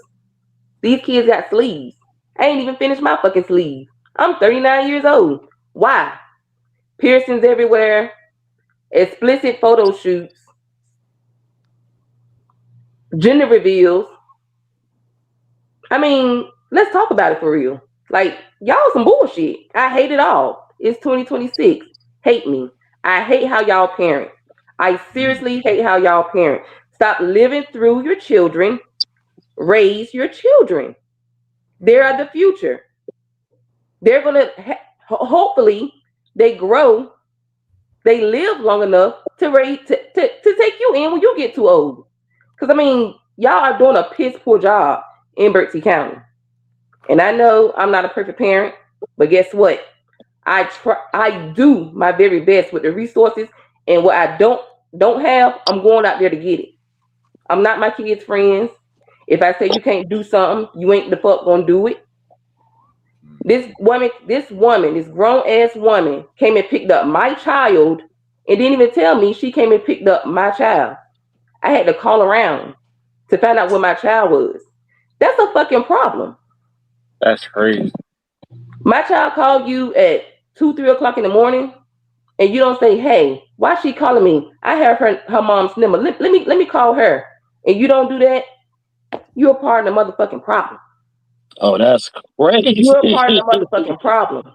It ain't just her. It's a lot of them. Y'all be egging these kids to do some stupid ass bullshit. But guess what? Every time, if I know who these kids' mamas is, guess what I'm gonna do? I'm gonna hit them up on the inbox. Hey, I heard XYZ, blah, blah, blah, blah. Your child doing this. And you can do what you want with it, but I feel like I did my part. And guess what? If you see my kids out they're doing the same bullshit, contact me. Don't be that motherfucking friend thinking you doing something by hiding that shit from me. No. Tell me so I can check my motherfucking child. I want my child to stay in a child's place as long as they can and grow old. Period. All right. So let's make this practical then. Now we're talking to these parents in a real way. What is one practical thing that y'all think parents should be doing that's not being done? Let's go around, start with being. I need one practical thing that these parents can do right now after they click this live go off with their children and cut this shit down. I need a practical thing, not a thought. Give me something practical. All right, so listen, right? It's funny, like how Kiki said, I don't really even know this means. Tap in, don't live through them, but tap into how they living and what they listening to. Right? When I be as an adult, when I listen to this music, I be like, I know how to navigate my life. I know I'm a civilian. Feel what I'm saying? I'm a civilian. This shit ain't going. I'm not impressionable at 38 years old, right? I'm not impressionable, right? But I was impressionable at 15, 16 when I was listening to Uchi Wally Wally, Uchi Bang Bang. You know what I'm saying? Shake that tail feather, all that, you know, all that goddamn humping music. Like that's why we hump like a motherfucker at our age. I was impressionable then. So understand and listen to what they listen to, what they live in, and you'll hear that shit is just inspired by pure evilness and violence and death. Take the music away. Okay, that's the practical part. Listen to that's it. That's the practical part. Take the music away. You know what I'm saying? For one, and especially if they want to start cosplaying as the music, right? If they're not mature enough to listen to music and still navigate their own lives, you'll know your own kid for that, right? Because they're gonna start wanting to dress while they're gonna want the tats one, they're gonna want the periods, they're gonna want the look, they're gonna want the act. You know what I'm saying? They're gonna, you're gonna be able to see it. It's the music. They cosplaying the rapper. That's telling about that talks about killing and doing drugs in every one of their songs. Take the music away, especially when they're young, at 19, because at 8, 9, 10, 12, by the time they 16, that puberty hitting, that testosterone build is gonna look different than them being cute, making dances out of it on TikTok at 9. It's gonna look different at 16. Trust me. Okay. So take the music away very early. If they're gonna listen to that music, it should be at that age where they start listening to that music. You can control it up until that point. You feel what I'm saying? For the most part. They shouldn't have their own phones and their own social media accounts. Take it away. They should have it. If they got a phone, cool. We need to go back to restricting and putting minutes on that bitch and shit like that. No social media and all that. Honestly, you know what I'm saying? Like these middle school age range kids, elementary school shouldn't have access to no TikToks and no social medias. They shouldn't be able to see it. When they get our phones, we shouldn't let them go through it. Yo, son, I remember shit from when I was 4 years old. That's another thing. As adults, we gotta remember. We get caught up in so much being an adult, like we don't got memories. Like we don't remember why we made certain choices. They doing it. They not no freaking special crazy demon kids or nothing, dog. They being impressionable, just like we was. The culture just was different. So 2 practical things: monitor that phone and social media. If you ain't gonna take away these, monitor it every day, like you monitor if they got homework in their book bag. And definitely, man, don't let them listen to this fucking new music shit. Put them on our shit. Put them on that. You know what I'm saying? I love listening to I love hearing the kids that know the old school shit. They parents, I put them on that old school music and they be vibing. They be having a different spirit, different soul, different light come out their eyes listening to that shit. You feel what I'm saying? And what we talking about now, all this dark shit that our music talk. And as an adult, yeah, I listen to it, but as an adult, I also know. You know what I'm saying? They don't. They getting molded. That molds them. Like it. Brittany, what you got? Practical advice for parents that are currently struggling and their kids on the fray. Okay. What is something they can do when they turn this live off? Okay, I'm gonna kind of piggyback on what Bino said, because yes, I'm not gonna say take the phone away, but restrict it, because my daughter's mad now if I got her stuff set on a child setting. Baby, that's what you are. So that's what it needs to be. So maybe do some restrictions. Just taking away might be just a little extreme. But one thing that I would say is actually having dialogue and conversation with your kids, asking them how they're feeling, what's going on, engaging with them, because that's gonna open up their door to so much more. With what they're dealing with as friends, boyfriend, girlfriend, all of that good stuff, and then that way you can actually have that one-on-one on what you should be doing, what you shouldn't be doing, you know what I'm saying, and kind of helping them navigate through that. Okay, I like it. CJ, practical advice for parents dealing with children that are on the fray of violence. Practical.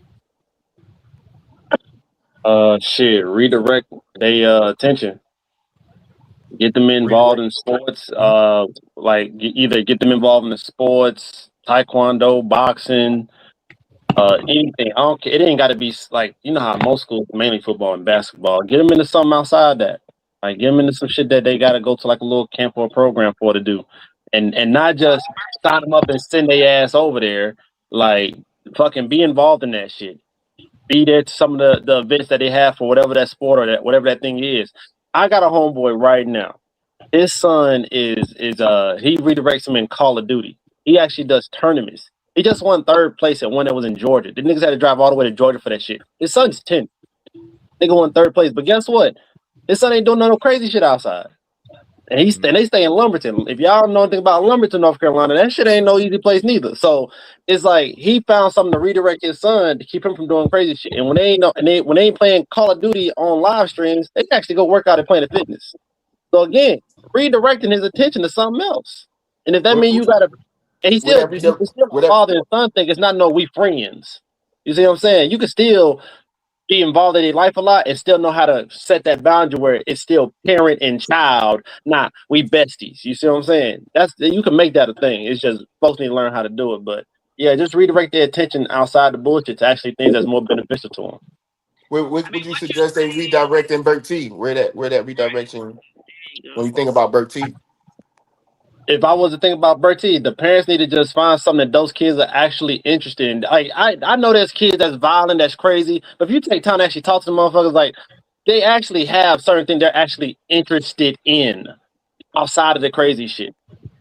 So if you actually talk to them and find out something they're interested in that's actually decent, that's like legal, that's normal, try to push it. Because sometimes, like we say, we ain't got no resources and nothing like that in Bertie, you could push it. Half the time, motherfuckers wasting money on dumb shit anyway. So if you put some of the actual things that they want to be into and get them more involved into it and get them, take them like Boone said, put them in the car, take them to that thing, take them to what the bigger version of whatever that is they into is. Oh, I'm into soccer. They ain't never seen a soccer game in real life. Take them to one. You see what I'm saying? Like once you find out what they actually into, just push it and make it more of a thing that's actually in their face. But this is for parents, but yeah, I get what you're saying, but it's gonna be kind of hard for that. But yeah, what's gonna be kind of hard for the parents to push something if it's not already there in Bertie. First off, we already said Bertie got low resources anyway. So whatever it is you're trying to push, odds are you got to go outside of Bertie to even push it.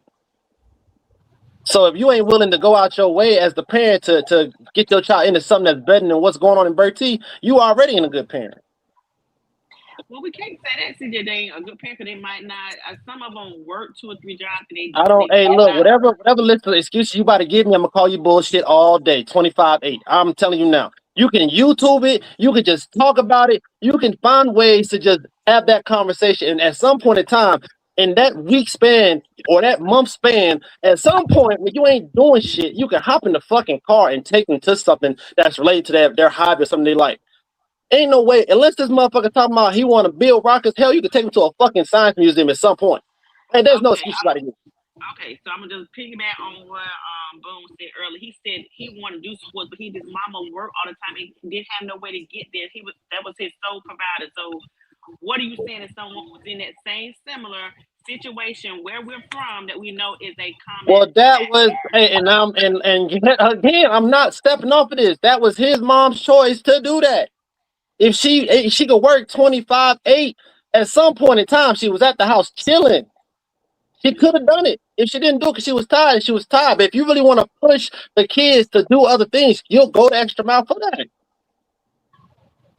Now, I'm not. I don't know what y'all hearing out of this. If there's no way you're gonna tell me 365 days these parents are always working.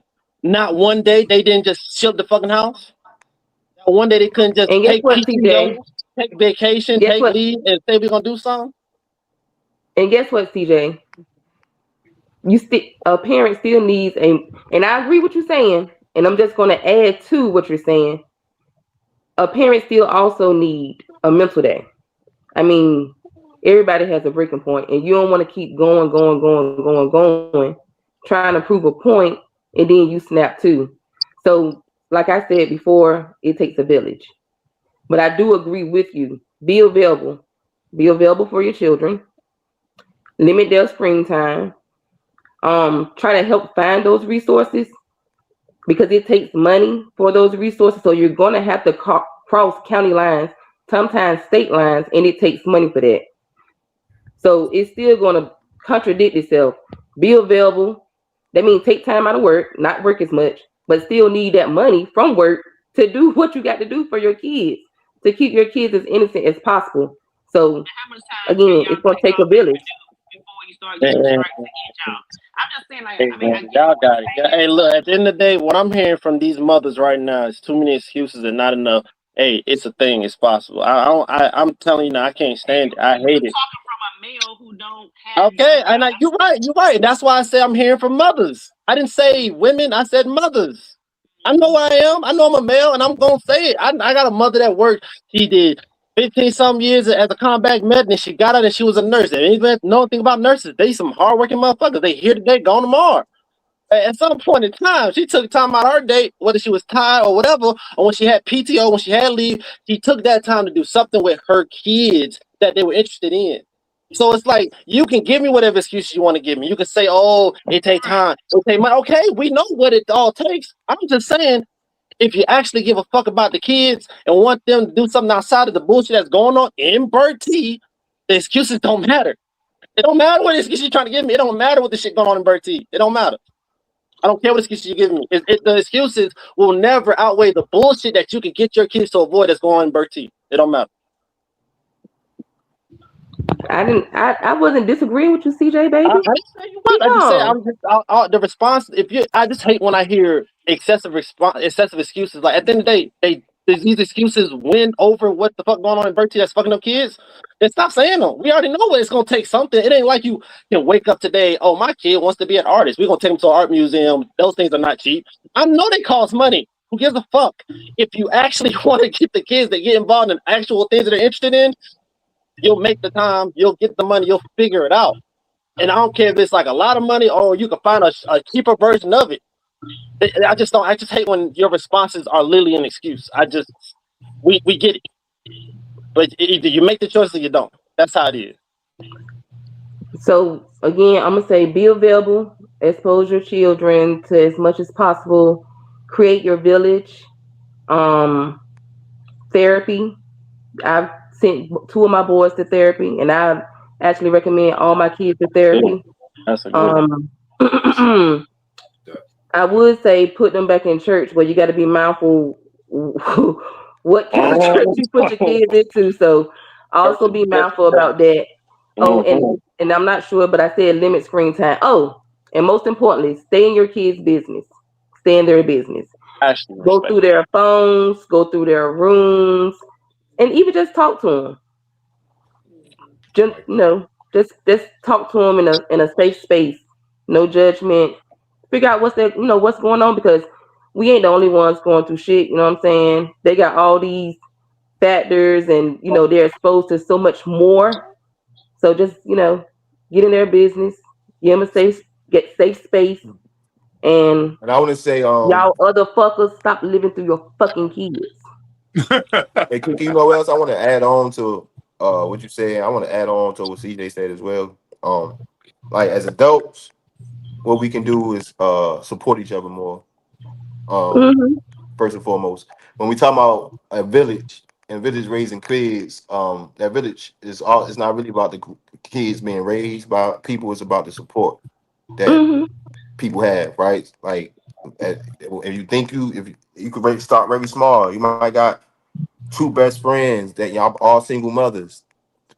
Pinpoint a day when y'all talk all the time in these group chats and these group video chats. Pinpoint a day like we talk about this. We support each other as mothers through conversation, through I'm doing this and they doing, you know what I'm saying, information. You know what I'm saying? Like you said, because what we saying is easier said than done, right? Because like Britt said, and though I do agree with CJ, we talking about things that's practical that we can do, right? So it's like we know that mothers is working, we know that people gonna be tired, and we know people don't have money, and we know we lack resources. We know these things. So what can we do practically in the face of these things? What can we do practically in the face of these things that will help us from that? And I think one of the main things we can do is support each other as mothers, support each other as fathers, have parent support groups. You feel what I'm saying? Shit like that, like, and actually consciously do it, right? It was done naturally back in the days. We understand that, but now that we know that that's not going on, we have to consciously say, you know what? You and you, we 3 best girlfriends. Wednesday at 7:00, we talk about our kids. We talk about what they doing. We do comparisons and contrasts and ideas, and we share information, and we give each other information. We talk about that for an hour. It's like how we set Thursdays to come up here and pod for 3. You feel what I'm saying? Like people need to, as adults, we need to consciously start being more mature and organized and structured. Gotta make this make sense. Yes. Yeah. Like it. No, what you got? You got one more thing, Kiki? Kiki and Brittany, y'all got something you want to add? Yeah. No. All the above. Okay. 10 out of 10. 10-4.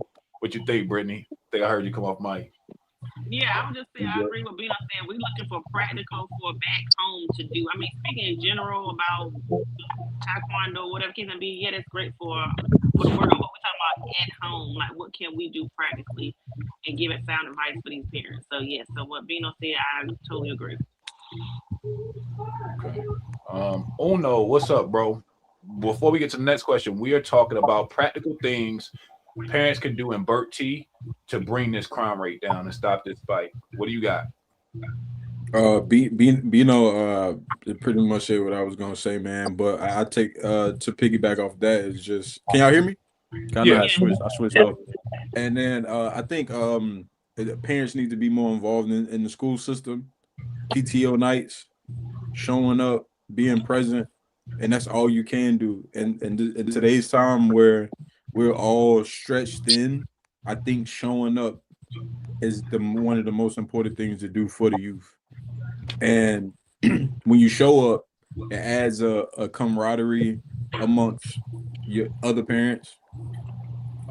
It shows your kids that you actually care, because kids know that you care, and kids are understanding. It's not like kids don't know what's going on. So, but if you do take that extra step and show up, I know a lot of kids take pride in that. And they'll be a little bit more lenient. They'll be a little bit more understanding of what's going on around, and just being more present, like you said. Every one of y'all said the same thing, and it all leads to being present.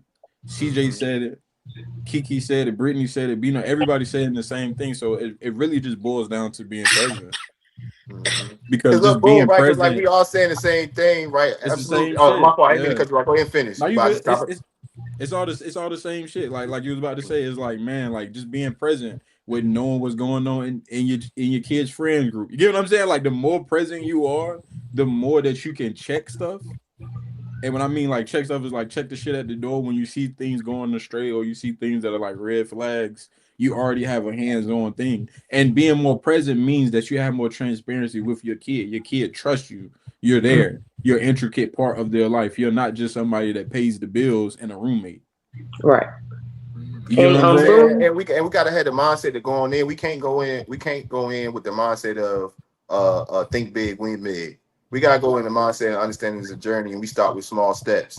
So, like you said, with this PTO stuff, right? Practically, right? We got a lot of people. We don't have a PTO in Bertie I'm just County. saying, right? Say for instance, they started parent-teacher conferences again. That's crazy that we don't, but right? Just say for instance, they started again, which that's crazy. They don't have that. No PTO, and I've tried. PTO take from work. PTA. Neither. PTA. But that's crazy. They don't have that. Which fucks up the point. But just like to still support the point I was trying to make is like we understand that we got people that do like second shift or Purdue or something, right? But they got a friend who got down. We understand you got little friend groups of 2 or 3, 4 people, right? When they go, is that one that can make it to a parent-teacher conference, get all their fucking information and report back to your homegirls or you know what I'm saying? That's where the support shit come in at. You feel what I'm saying? So it's like, they talk about shit. They talk about bullshit anyway. Right. You feel what I'm saying? So it's like, boom, Vanessa going here. Hey, and Jessica got to work. Hey, Vanessa, get Kobe, Toby, Jody info. Get all, please. You feel what I'm saying? You know what I'm saying? They be on the phone for 3 hours talking shit about the whole day. But that's crazy. They got PTAs no more, yo. We just talking about PTO or PTA when you said they didn't PTA. have PTA. Parent teacher. It's non-existent. Yeah. Nah, man. Hey, Kiki, I got something real practical for that. This is dope. I'm glad you said that because, like you said, now we talking about what's going on in Bertie. You know what I would do? Just some real shit. Me and the other parents, we get together, pick a day, and email each of our teachers' kids. When are you free? Can you meet me at the Burger King or the food line by the school? I want to talk about what's going on with my kid personally. It's a couple of us, right? So even though there's not a name for it, you'd be surprised at what you can do without the umbrella of the organization being what it is, right? And I think that y'all know how this going, Bertie. If we wait for it or if we complain about it, they not listening and they're not gonna give a fuck. But this is when what we need, we can create because we old enough to know, right? And it might start with just you doing it with your kid. But once your homegirls, your homeboys got kids, realize, oh shit, Kiki be meet with the teachers at food line at such and such time. This is how it has to start because waiting on other people, we ain't got time for that no more. We got to figure out something practical that can replace that PTA because what's PTA if it's nothing more than parents talking to the schools about the concerns of their kids, right? And again, it might be, yo, let's meet at the local restaurant. Dinner is on us, teacher. We got to couple us together. We're going to chop it up on some real shit. And it ain't got to be called nothing. Other Or than better yet, Strata, inbox them on Messenger like you inbox everything else. Hey, inbox me this shit real quick. Ain't I got to get out the car yeah, give and me go a to food phone call. line. Yeah. Y'all ain't been down them school halls in a while, Bookie. First of all, it's international. That's number one. Number two, there's a whole lot of vacant spots. Oh, she says a PT. Okay, that's good, Corain. That's good. But it's a whole lot of long-term subs in the schools now. So And I they got mean, Facebook and they got translation on Google. but what I'm saying is, when it comes to like long-term, when they have long-term subs in those classrooms, you know, they just take like a 6-week class and they get to sit in those classrooms. They're not like actually teaching anything. Mm-hmm. They're just pushing your children through. Okay. So what are we talking about? We talking about getting that inbox to that teacher and saying, hey, what's going on with my kid in that class for 6 weeks, for the past 6 weeks, 5 weeks, 3 weeks. Oh, you ain't listening to it. They're not qualified. They're not qualified to what? Inbox me back. Teach. Teach. So they're just your children are just being passed through, is what I'm saying. Yeah. So that's one of those factors I was telling y'all about earlier. So one of those factors is if we know that's what's going on, then I mean, this is where CJ probably can get valid to go off at. It's like an excuse. So leave, move, do you know what I'm saying? Like we understand that's what's going on, Kiki. That's the thing. Like, so and what we gonna do? Count on them for that shit to change? Oh, hey, Bookie Boo, I'm just putting that factor out there. Yeah, I know, but I'm just saying, putting it out there. And guess what? It's also easier said to say just move because the cost of living is super crazy past Bert T. And Bert T is actually getting up there too. You know what it is? I think this would be. I'm not saying that as an excuse. I'm just putting it as a fact. Right. I understand that, but this is where the women are for men on Mars, because it's like after a while, men get frustrated with. We like, what the fuck? You know what I'm saying? We start trying to goddamn navigate how to fucking get out of this shit in any situation. I think that's just how. Because you're right, but I think as men, when we break, we like, all right, we know this is going on. So when we say shit like, all right, boom, all right. Trying to say, boom, we that fool. I say, you like, well, they ain't even qualified to teach it. We like, all right, boom. You know what I'm saying? It's like, all right, so what? Because what I'm saying is, it'll be like a waste of time. Because I mean, I've been behind the office, like, because you parents can't just go, so hey, let me check on my child or whatever. You can't really go past the office anymore. So what I'm saying is, past the office, it's not glitz and glamour on the other side. It's just functional. It mimics. The kids ain't got number 20 minutes for lunch. And that's to the bell rings, you line up, you go to the cafeteria, you line up, you get your lunch, you put in your lunch number, you sit down, you eat, you're back in your classroom. All that takes time. That's 20 minutes. We get more than that at work. I mean, what I'm saying is that's another factor.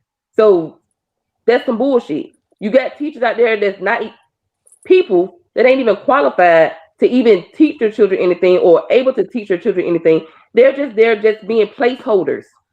A name on the board to say, hey, we got somebody to fill this spot. It's no longer vacant.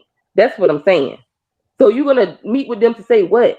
When they don't even have access to Power School or anything else to tell you what your child is actually doing, because somebody else that has a license is just putting it in and just passing your children through. That's what I'm saying.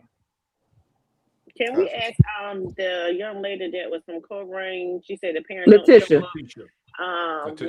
Letitia. Okay, do we know why they're not showing up? Like, was that an answer? Did y'all ever poll the parents or try to figure out to help find a solution to that? Probably because everybody is in their bag. Everybody is, I'm in my bag. They bragging about excessive hours, breaking all these hours. Okay.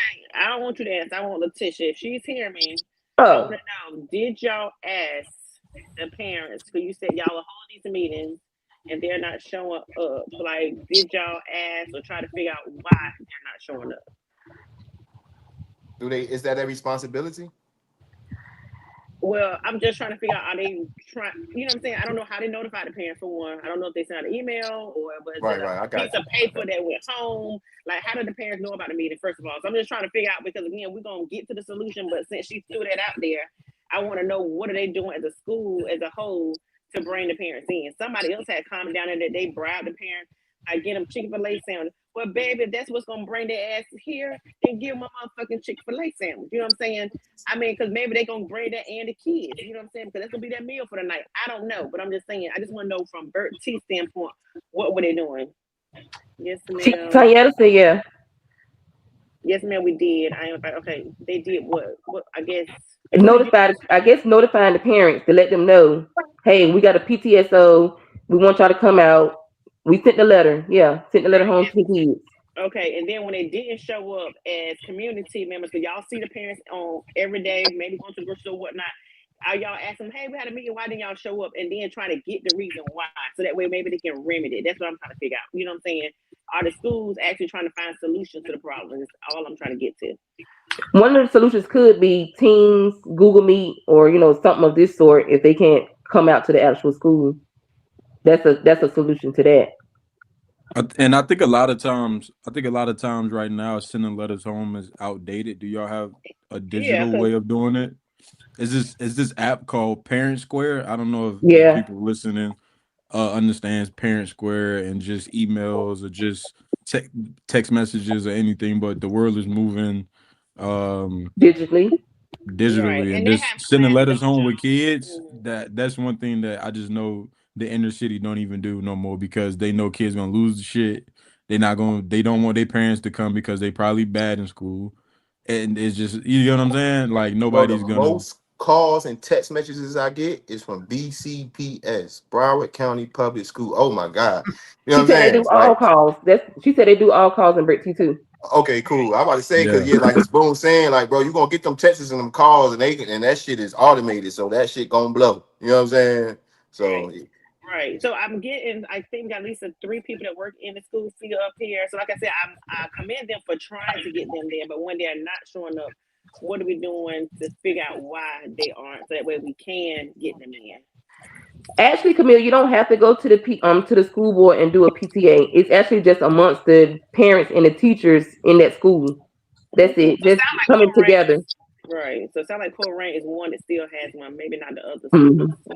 And if we gotta bribe the parents, let's bribe their ass, man. But see, that's the thing. The money don't come from the school. That money is raised within itself. So that's money that teachers are paying for it.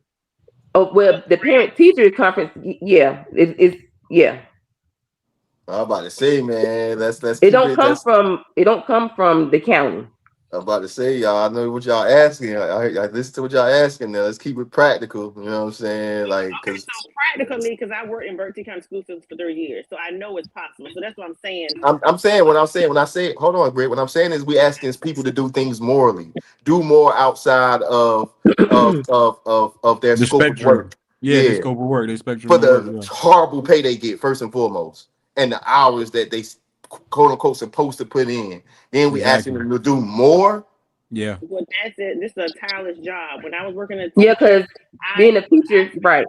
Yeah, I paid more money buying school supplies, feminine products, and things like that for children that were not mine. So it's a job. When you take on that job, you are taking on that as these kids are going to become mine. I would tell them when I was in the classroom, y'all are my babies until I send you home. So this Come is on. my home. Okay. So but that was. Yeah, I said so. But that was before COVID-19, though, right? Yes. Uh-huh. And stuff has what? Doubled, tripled since then. Yeah, and they have gone. That's also a factor. Right. And that's great work that you did, Britt. But once again, that's something that you morally did. Right. Well, again, I guess, and also that probably stemmed from my mother being there. She taught 30 years in the British school system, so I had her also to lean on because, again, that's what I saw. So I'm like, okay, this is what I'm going to do with being in my classroom as well. But what I was saying, well, getting back to, like I said, since we got the people from school, I want to see, yes, they're not showing up. Is there a reason? Is it because of the time that is being offered? Don't know if they would make a difference. Is it Monday or Tuesday, whatnot. Again, resources that they know that this is the time when they're supposed to be preparing food or doing whatever, but they're not going to have it because they're going to be here. Provide that food for them. Transportation. I don't know if that's possible. Like, are the parents not coming? Because there are a few that don't have transportation. So this is the part that I was just trying to get from the people from the school system. What are we doing to bring Bertie parents to these meetings so that way we can't have them there. Also, we're offering Zoom meetings because if they can't come, most people got internet where they can tap in virtually, since that's what they did during COVID. As far as the kids, can they even offer some of those meetings that way? So, and see what Anita talking about is the title. She talking about Title One. So Bertie County is Title One school, so they get these extra fundings where they do stuff. I forgot how often, but it's kind of often. And they, they feed them. They come out. You go to your kids' classrooms and do all that good stuff. They be giving like fresh produce away. I think I seen you out there too, Brittany, one time. Anyway, they be doing a whole lot of little activities, but it's Title One funding because Bertie is a Title One school. Mm-hmm. And the key part I see Ms. Basemore said, she like, they are the usual ones. So that's what I'm saying. You're going to have those that's always going to be a part of their children's lives and being active. What can we do to get the ones that are not? Are they working at third shift? So even though you're having a meeting from at 8 o'clock or 7 o'clock at night, they can't come because they're at work. They can maybe take off because they already know they're going to lose time for XYZ to show up to a meeting that's maybe for an hour where they just already took off maybe 2 days prior because the child was sick and they need to be home with it, but they didn't have anybody watch. You know what I'm saying? So that's why I'm just trying to figure out what other options are there that we can offer to them. I'm gonna keep it tall, yo. Like we gotta definitely do a part 2 because it sounds like, again, there's a lot of people in the school system and they're just as frustrated sound like as a parent are. There has to be somewhere in between that makes sense for everybody, but what the teachers, what the educators are telling me is alarming to see that even with all their efforts to try, they ain't getting the results they want. So it's almost, we have to ask ourselves as parents, like out of 400 people, only 10 to 15 parents are showing up. Like we were like, all right, so y'all send the letters home. They said they did that. We got these new apps. See what I'm saying? It's like they are literally, from what I hear, and I would love to get them up here to talk about it, they are stretched as thin as they can be. And it ain't but so long before that teacher hang up be like, all right, I'm gonna take the 10, 15 and y'all figure the fuck out, bro. Like they already have, from what Kiki saying, they already have, bro. And you know what's crazy? They already have. You know what's crazy? Because some of them kids, they don't have parents. So parenting is a factor, but then not having a parent is even a bigger factor. I mean, neither parent. Some of these kids stay with their elderly grandparents. I mean, it's like so much stuff that's in the play. I mean, the solution is going to be extreme.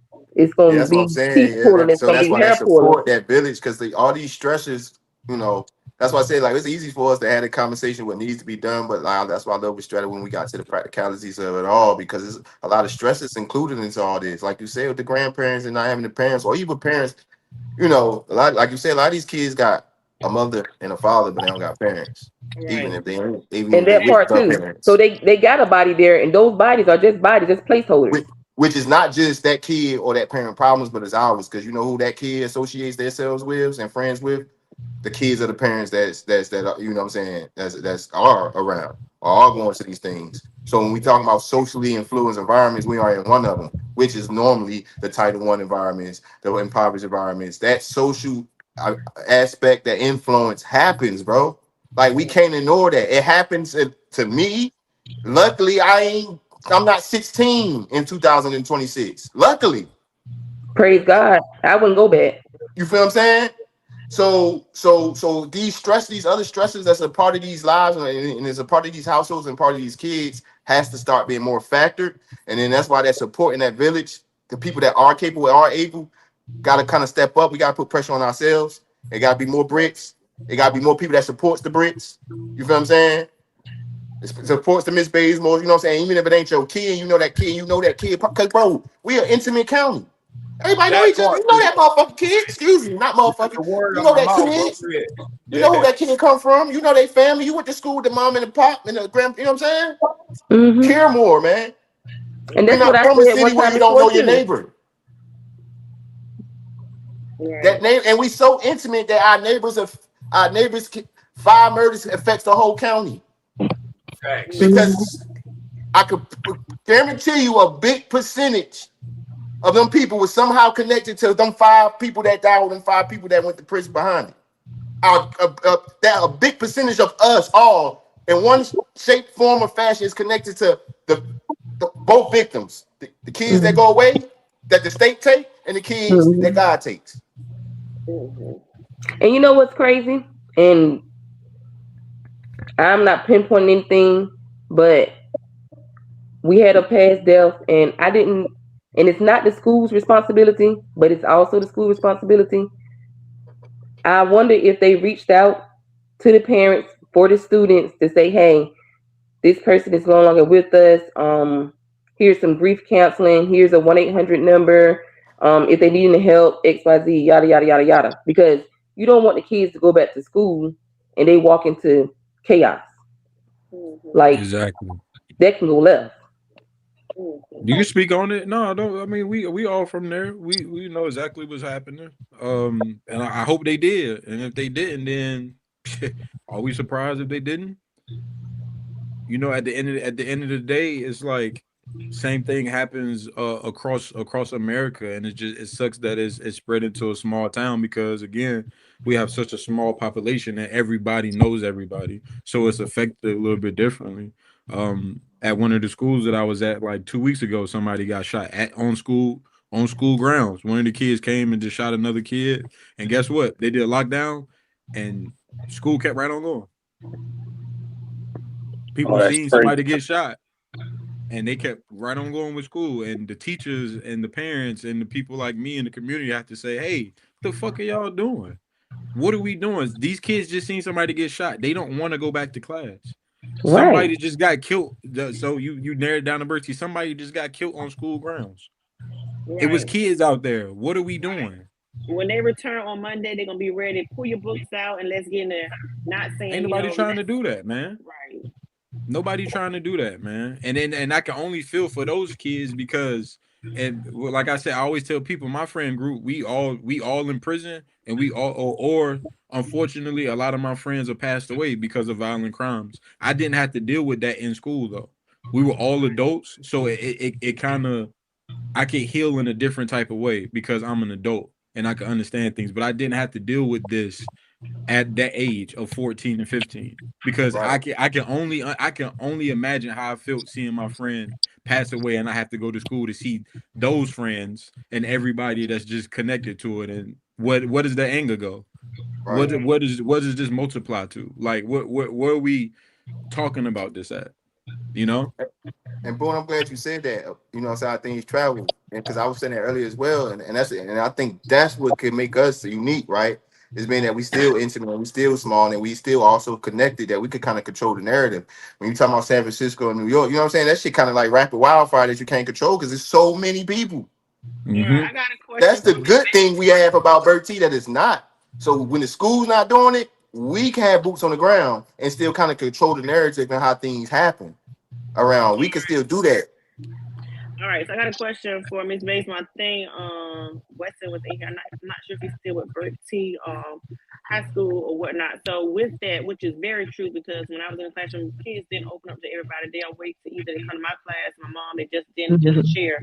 So I remember us having when we was in school, like assemblies, we all would go to the gym or whatnot, have different things. Do you think if Bertie was to allow, I'm gonna just say you, Ms. Bates, more to lead an assembly or something where you create a safe place where kids feel more comfortable to share, and then y'all have an open mic to find out what can be solved, or what, from a kid standpoint, what can the adults do to help them, or whatever case may be? Do you think that's something that is even a possibility?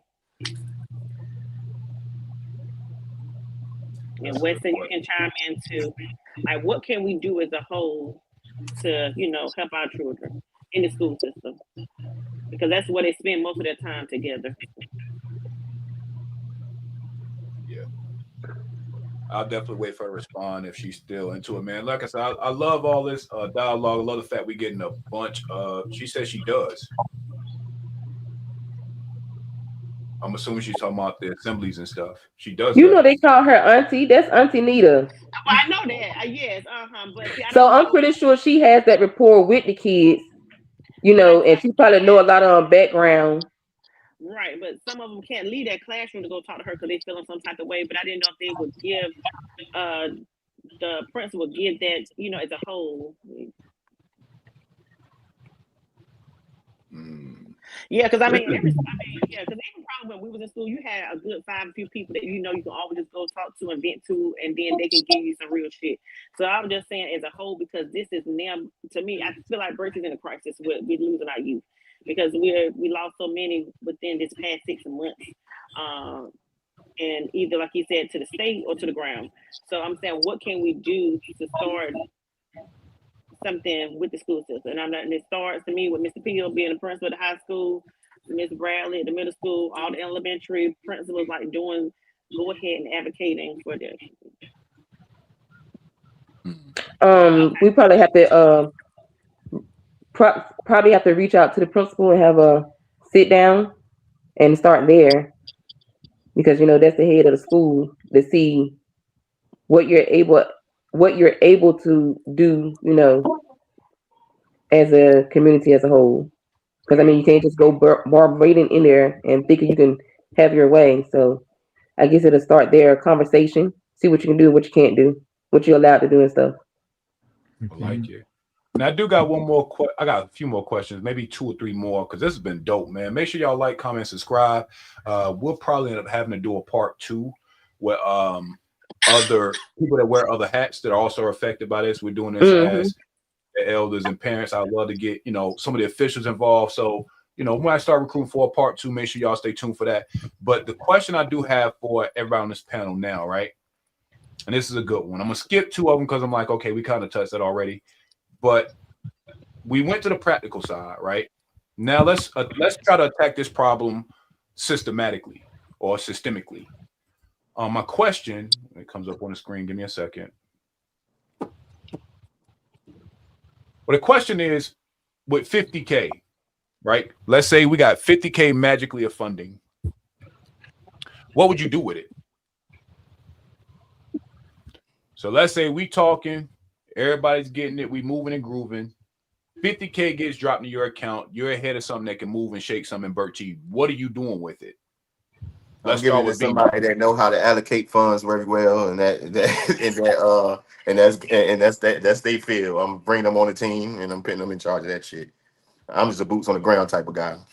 Yeah, 50K is truly just a drop in the bucket for what they really need in Bertie. But I think it will start with the mentors, and then the after school program.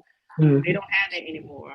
Right before I left there, I was after school director, and I was able to write a grant. We was able to get $500,000 for Bertie County schools, and we were able to use that for Bertie and all of the elementary schools there. And one of the things that I advocated for the summer, because we had a 4-week summer program. Every Friday, I made sure they went and saw something out in the world other than Bertie County. So they went to either a college, they went to museums, I did not want them to only have a view of that, because I like, if that's all you see in your perception of the world small, yes, they see it on TV, but until you actually step foot out there, I feel like you can kind of open their eyes up a little bit more. So I really feel like that 50K is just a drop in the bucket just to get the ball rolling, because you definitely need more. But mentors after school is where I would definitely start my money. Okay. CJ, 50K. After school, job pipeline, conflict mediation, or mental health, where would you start investing it? I probably started in the juniors and seniors, more so in the probably more so heavy on juniors, but also in the seniors, basically trying to get them prepped for like whether they choose to go to college or trade school or the military, but use that funding to kind of find out what kind of program they're into, and then maybe take them on like trips or events where they can kind of get an idea of, hey, this is what you went to, this is what it looks like. Have like programs or events where I could get mentors or people that actually do that type of thing, or somebody that's in that career, in that field, to kind of meet with this group of kids that do this and kind of teach them like, hey, this is what I do, this is blah, blah, blah. If you're interested in this and this is what it is, kind of get them an idea of like, hey, this is the lifestyle you want to go into. You kind of want to get them before they even become seniors, but that's why I said juniors more heavier about it. But have them like a little program or something where they can kind of learn these type of career paths or things they want to get into when they get out. Because most of us graduated high school not knowing what we was doing next. So it's like it's something after last something you would want to do to get them ahead of time and kind of teach them that. Touche. I like it. I like it. Kiki, same question. You got 50K. Where are you putting it and why?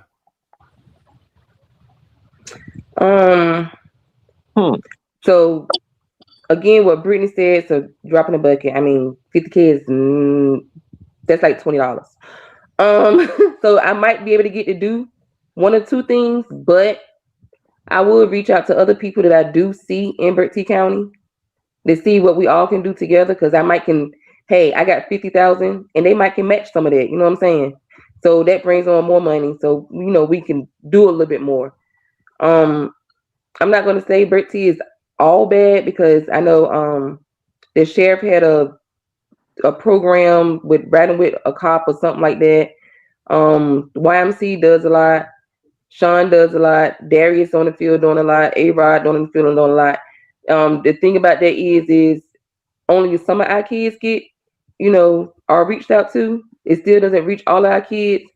So, like I said, I basically get a team and see what else we can do with that $50,000, because it's not a whole lot.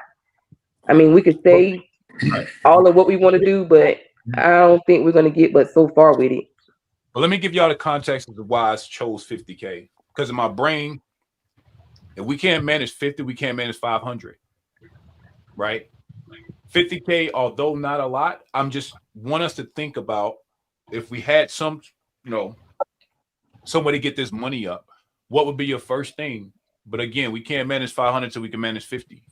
Right? And I do agree, like y'all said, but I made it that low on purpose because I think that far too often when we're talking solutions, we get so ahead of it the way it's like, what's the point of asking what we do with 10 million, knowing that 10 million ain't even reachable, right?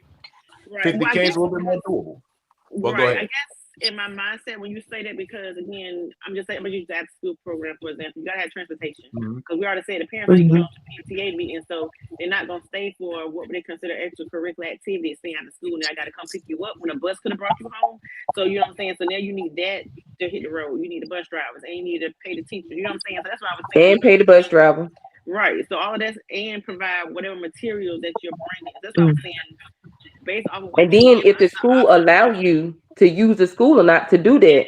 Yeah, because the janitors are not staying after to try to clean up when they can be gone by a certain time. So all of that plays a factor. So that's why I was saying that 50K, it sounds good, but for what you're giving us for some of them, like the school, after school, that will be out. Mentors, you got to pay them. So are you just doing it for once a week for certain schools? You know what I'm saying? So we can speak theoretically, all day long with that amount of money, but realistically, it's gonna take a little bit more. So and Bertie County is large. I mean, go ahead. I'm gonna jump in, and one of the things when you get these grants, right? With somebody that's dealing with grants, one thing that you lead in, you don't lead in with trauma, right? You want to switch the language into pride, right? So one thing you want to when we in these places, right, to get people to jump on board is you don't talk about the problems, you talk about the solutions of, you name it something, right? You name it Bertie pipeline or some shit, or like youth engagement, right, to get people on board. And you guys said something that's very important, right? Everybody said that they would connect with somebody that knows what they're doing, right? So what you want to do is connect with three type of people, right? You want to connect with an institution. An institution could be a school, it could be the sheriff office, it could be the church, any of that, right? Then you want to connect with the people, those 10 to 15 families that's showing up. You sit down with those 10 to 15 families that's been showing up every week, and you ask them what is needed in the community before you even lift a finger on that 50K. Because guess what? Just because you got the 50K doesn't mean that you know what the fuck is going on there. You want to ask the community what they need. And from that's where you could come up with something that's 8 to 12 weeks, right? Because to be honest with you, all you need is 8 to 12 weeks weekly. You don't want to, it is a drop in the bucket. I keep hearing that, but 50K is more than enough to run something in Bertie County. I'm sorry, y'all. I'm not about to agree. I'm not about to disagree with y'all, yo. I'm not about to agree with that shit. 50K, I do 50K shit all the time. and we do a lot of fucking shit with 50K, bro, in the inner city. Transportation is a big thing in Bertie County. So if you think about transportation, you can do all kinds of stuff with transportation. And the rule of thumb, 8 to 12 weeks. If you can't do that shit with 2 people and $200, then you ain't doing it. If you can't run something from 8 to 12 weeks with only 2 people and $200, we shouldn't even be having this discussion about 50K, bro. You were talking about, I'm talking $200. If you can't make this shit work for 8 to 12 weeks with 2 people and $200, especially in somewhere like Bertie. Just real quick, with your program, does your program provide transportation, or is there already something that's public? So it's a little different because it's in the city. It's a major city, so everybody take Muni and BART, and they got all kinds of transportation in big cities. So transportation will be like something like if I have a swim program and the kids need to get to the swim program on a certain time, we'll rent a charter bus or something like that. You know what I'm saying? But most times, even with that, right, the parents in the community. And I don't want to talk about that because Bertie ain't got no transportation. So what I'm about to say don't even make sense. That's what we saying. So what can you do with the 50,000 then? We want to know what you would do. If transportation is a main thing, because that's one thing that I understand that was a thing for me growing up in Bertie is that I ain't have no car. So I'm just stuck where I'm stuck at. None of my friends had cars, we had cars. So you take that, you ask the community, well, what can we do with transportation? If transportation is a problem, what can we do? Is just to pick kids up to go to practice? Is just to pick kids up to go to school? Is just to pick kids up to do something in the park? Get what I'm saying? You can do so much with transportation, but it's just. Let me make it practical, brother. Let me nail it down. Yeah. Everybody ain't got transportation, but every big ass motherfucking church that's outside of Bertie County got 40 of them motherfuckers. You mean to tell me they can't allot them church vans to bring those same kids that they love taking these vacation Bible schools that they don't go to? We have means of transportation, but this is the thing I think we get stuck on the logistics of things sometimes, is that what we need exists amongst ourselves. We just have to retool it. Exactly. I'm about to say the thing is, no one asked. That's the thing. Has anyone And even that's the asked? thing. It's a simple question. Yeah. So, but Strada, I'm gonna take it a step further, man. If in this day right now, if you gave me 50K, I'm not asking that church to do shit because they ain't did shit in the past 50 years. So why would I waste my time going to them with them 40 fucking vans when I can just do my own van? I'm wasting. Yeah, but I'm just trying to find a practical way to get us past the transportation part of the convo. You know what I'm saying? But you know, that's just one thing. That's transportation, right? But that's just one thing that you could pick, right? And another thing, right? So when I said the 3, I missed one. You missed a connector piece, right? The connectors of us, the barbers, the church people, the people that's on this podcast. These are the connected pieces. I know somebody that do something. I know somebody that does a mental health group. I know somebody that do this. I know somebody. Everybody that's on this panel is a connected piece to somebody from some neighborhood, from some. You get what I'm saying? You do a connector, you do an institution, and then you get the people that are doers. That's where the 50K spreads, and that's when you will find out what you can do, and that's practical as fuck for somewhere like Bertie, because everybody know everybody. We all know where the institution's at, and we all know the people that show up. Then you can figure out what you're gonna do with that 50K, man. And I'm sorry to talk about transportation. I won't get people get caught up in transportation. That's just an example. I'm just talking about the structure of when you get something like you can get $2,000 and do the same thing with just 3. It's called a 3-legged stool. Because you're the 4th leg. You know what I'm saying? It's a 3-legged stool because you're literally the 4th leg. That money is the 4th leg. The 3 legs is the connectors, the doers, and the institutions. That's what you do with the 50K. Don't worry about where to spend it at because the community need it. You don't need it. You think you know what you need. You don't know. As much as we in these places right now, Kiki, Brittany, you guys worked in the school system and you still finding stuff out. Kiki, you literally have kids. Y'all have kids and we still finding stuff out that we don't even know. And you guys are in it. You guys literally live there. So it's like we got to lean into the community when we get this money. We don't know everything. And that's why those three things are important when you get that type of funding. Because if think about it, right? Transportation. We just talk about transportation. We just argue about transportation, right?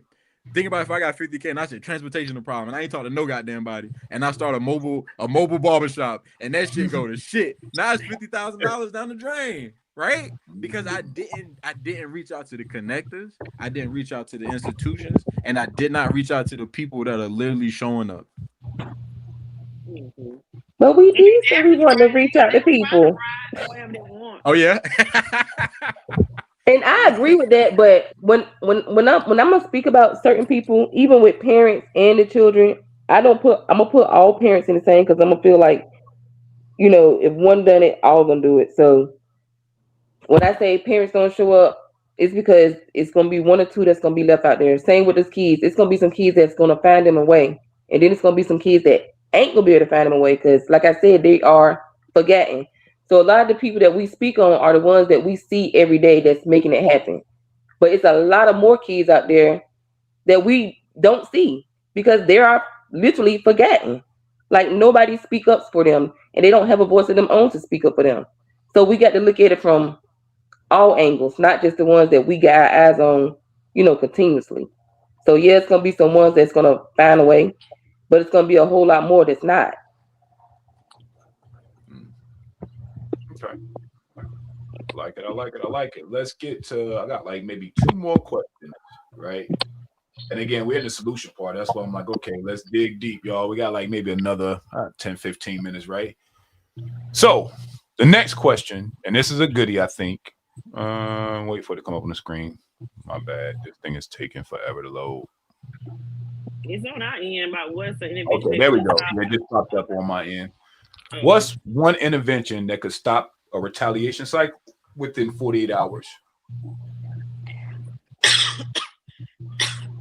What's one intervention that could stop retaliation within 48 hours? What's one thing Can you explain that retaliation? Yeah, so we know how this shit go for real, right? So a lot of this stuff is tit for tat. And a lot of times we miss the first lick, right? The first lick never seen. But what can we do to intervene before it gets to death, before it gets to it being so we can't come back from? What can we do to intervene in our children's lives within 48 hours to stop the cycle before it gets to death? What can we do and who got to do it? If something was to happen in your town, that's why I said we unique. This shit really can't really work in a lot of places. It's unique. Say for instance something happened in the town, right? That's why I say with this support group shit. So I think one of the most important things, right? Parents wake up right then or whatever when they get home, and just how the police do when they raid your shit. We raid they shit, and you do it as a unit. You know what I'm saying? Because you asked us for some practice within 48 hours that started retaliation, confiscating that motherfucking firearm that you probably know somewhere. And they might not have it, but you know who your kids hang with. Kids hang from they from the same town. We know who their friends be for the most part. You know what I'm saying? And just that'll be something you can do. That will stop retaliation within 48 hours. Okay. Take the car keys too. Why you taking the phone? Take the keys. Confiscation. Just like the police confiscating shit. If they know the other parents that's involved, let adults try to also talk like, hey, look, our kids having this. We ain't trying to lose nobody. Let's kind of have a come to Jesus moment or whatever the case may be. Kind of set some ground rules before y'all either meet up if y'all decide to meet up or just talk over the phone. I like it. See something, say Because something. if you don't do it, the police gonna do it. But when the police gonna do it, they taking them in cuffs. Damn, that's a bar. CJ, what you got? Intervention to stop the cycle. Intervention to stop the cycle. If you actually keeping up with your kids and paying attention to them, you know the people that they hang around with. You probably know the environment that you're living in. I probably just straight up just tell them that it's a fucked up environment and just try to keep them out of it. Or if you can, give a reason to have them do something else with you, just to get them away from that. I'd rather say, hey, fuck it, let me stop what I'm doing and let me and you go do some shit just to get you from not go out with your boys for the night. Or my homeboys want to, hey man, let's do something together. Like I'd rather just find a way to get you to just not go out and do certain things. Because at some point you're gonna let a motherfucker go out to like Kiwanis Club or some shit, and then motherfucker might not come back. I think I'd rather just to try to prevent something. If I know where they're trying to go, what they're trying to do, because like y'all said, being they business, so you probably know what they're doing for the most part. If you're actually doing what y'all saying, yeah, I'd probably try to find a way to get them around that. Let's do something else because that shit ain't it. We had baseball say that the parents are scared of the kids. So, what advice can you give to somebody like that? I see it. That's why I say you do it as a unit. No, fuck that. Parents stop being bitches. Like, what are we talking about? What kind of question is that? Parents are scared of their kids. Now, seriously though, Britt and CJ, that's why I said that. That's why I said that. I already had that thought process. That's why you do it as a unit, like the police. Like each, you know what I'm saying? We ain't doing it by yourself. You running in there. That's why I said the support shit. You feel what I'm saying? Like you know what I'm saying? It's like boom, like you just said, we linking up at 8:00. We start and we run through shit. Like the police do. This shit's real shit I'm giving. Like this shit real shit that don't take no money, no nothing. Well, we gotta understand this shit do take work. I'm gonna tell y'all a true story. These motherfucking parents, weak. So I say, if you see something, say something.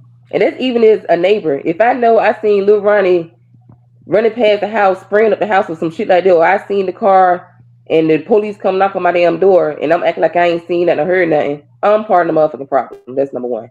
But I'm gonna tell y'all a true story. So I let my son use my car to go to work, right? And I rode with my sister. So on my way back from where we came from, I went to go pick up my car. He was still at work. And instead of him just giving me the keys, when I went in there, he said, "Oh, I gotta come get my stuff out the car." So I was like, "Okay, cool," because whatever. But it took him forever. He was digging for gold in the back seat. Like, what the hell going on? So, hey, step out. I look back there. It's a gun. And I don't even know what type of gun it was because it was weird looking. Super weird. I took it. I did something. And let me tell you something. He was mad. I know he probably lost about 10, 15 pounds, whatever, because I did not allow him to leave the house unless he was going to fucking school or work. I took that fucking gun. He kept begging for it back. Like, who the fuck do you think I am to give you a motherfucking gun back? Nigga, what? How old was he? No. 17. He shut down, wouldn't talk, wouldn't eat, wouldn't do anything. But I took it. What are you doing with it? Where do you get it from? Of course, I ain't get no answers, but yeah, I did the best that I knew how to do at that time. But I know some parents, they buy their kids guns because they can't buy it for themselves. Because for the third time, it's better to have one to be caught without one. That's how some people's mentality is. So yeah, at that point, I got into his business a little bit more than what I was. Shit happens. And I think also Baseman said that some of the parents right down there with the kids, they even shit with them. I think that's what she said. So yeah, she said something about being down. I don't really know what that means for real. I thought, if I had to assume, I thought she mean they with the shit too. That's what I thought she was saying, but maybe not. Yeah, I said that earlier. Yeah. Well, I said we immature too. I mean, that's a problem too. Got mature up for sure. With that, if that is the mentality of a few parents that's in Bertie County, I mean, I don't even know what to say to that because no longer we're not talking to the kids. Now we need to be talking to the adults because now they're putting themselves and somebody else's child in danger because they're like, "Oh, you did this, okay, come on, hop in the car. We're gonna roll around there." And I'm not gonna say that I haven't heard it. The kids should tell me when I'm in the classroom. My mom always said, "Look, somebody hit me, hit them back." So this and that. So if they have that mentality, it's the same thing. Somebody do this, okay, come on, we're gonna go over there and handle it. So. And I've always told my kids, I've never taught my kids that. My mama taught me that, don't come home with your ass whooped because if you come home with your ass whooped, then I'm whoop your ass. And let me tell you something, my mama never whooped my ass. That's number one. But I always told my kids, if somebody hit you, tell the teacher. My boys and my girls. Because stuff can go left. I mean, that's animosity, that's conflict. I mean, these kids ain't fighting fair no more. They bringing knives to school. They shooting and killing and so on and so forth. So I feel like if you tell an authority figure, they can at least put a halt on things until we figure out why is this happening and how can we make it stop. Because, I mean, a lot of that shit be petty anyway. It ain't even worth the extreme that they be taking it to. But I've never been one of those parents that, if somebody hits you, hit their ass back. No, I think that's stupid. I feel like they need to stop saying that for real. Even girl, That's why and I I've said we need heard to mature up parents. because I ain't Yeah, I've stopping heard that. parents tell their boys that if I don't give a fuck if it is a girl, hit her ass back. What? Don't like it. 0 out Yeah, of I don't 10. like that. Don't I tell don't them that like that again. neither. I also don't like. I don't like that neither. I also don't like that we raise girls to make them think it's okay to hit boys, and that they won't get hit back because they a girl. Oh no, and not mean keep your hands to yourself. Everybody, keep your hands to put them in your pockets. Call the police, and I'm gonna call the police. Anybody know me? I'm calling the police. Okay, I like it. Boom. Same question. What's one intervention that could stop a retaliation cycle within 48 hours? Shit, man.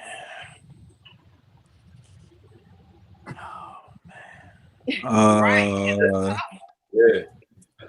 What's one intervention that could stop retaliation cycle within 48 hours?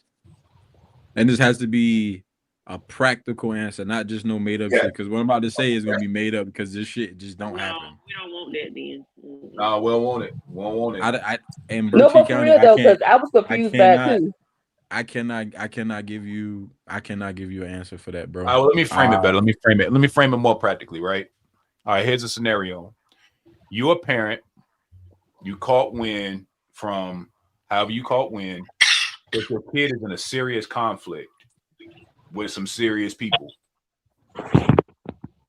Ain't nothing happened yet, but they in the midst of some shit. What are you doing to stop it from getting violent within 48 hours? With serious people as in their age range or serious like their peers, right? Their age range, their peers. Yeah, so their age range. So I mean the first thing you do, everybody know everybody. So first thing you do is contact the parents. Okay. I mean, I guess that would be the intervention is literally contact the parents. And one thing I will say is that I haven't said it, but I've heard this and I can attest to it and I can see a little bit that people live through their kids. And I think one reason why we a lot of this shit falls short is because that intervention that I'm just saying goes more into who started what, and now they're living through their kids' beef as if it's their beef, and it's like your kids' beef is not your beef. Your kid is being a kid, and they're going to get in it with other kids, and that parent has nothing to do with that either. So you reach out to that parent and realize that it's not just because their kid did something to your kid, it's not the parent's fault. You have to separate that shit, and I see that shit a lot and family beefs and street beefs and all this shit. It's like your kid hit my kid, come outside, and it's like, come on, man, like your kid hit your kid, but let's talk about it. That has nothing to do. I don't want to beat you up because your kid beat up my kid. Right, or vice versa. You got a few people who never let Bertie. We know from our own self, we got people still holding on shit from high school, I'm 40 years old. They still mad about some shit. So now their kids going to school, and then they potentially could be beefing. So now it's like, oh, y'all been waiting to get her mom any damn way. So that is, and that's what he's saying. That's what he's saying. Got to stop.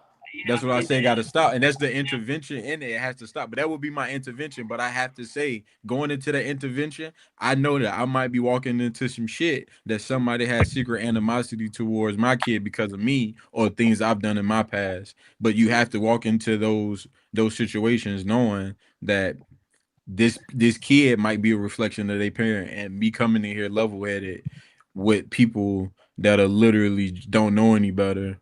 If that's just what it's gonna be.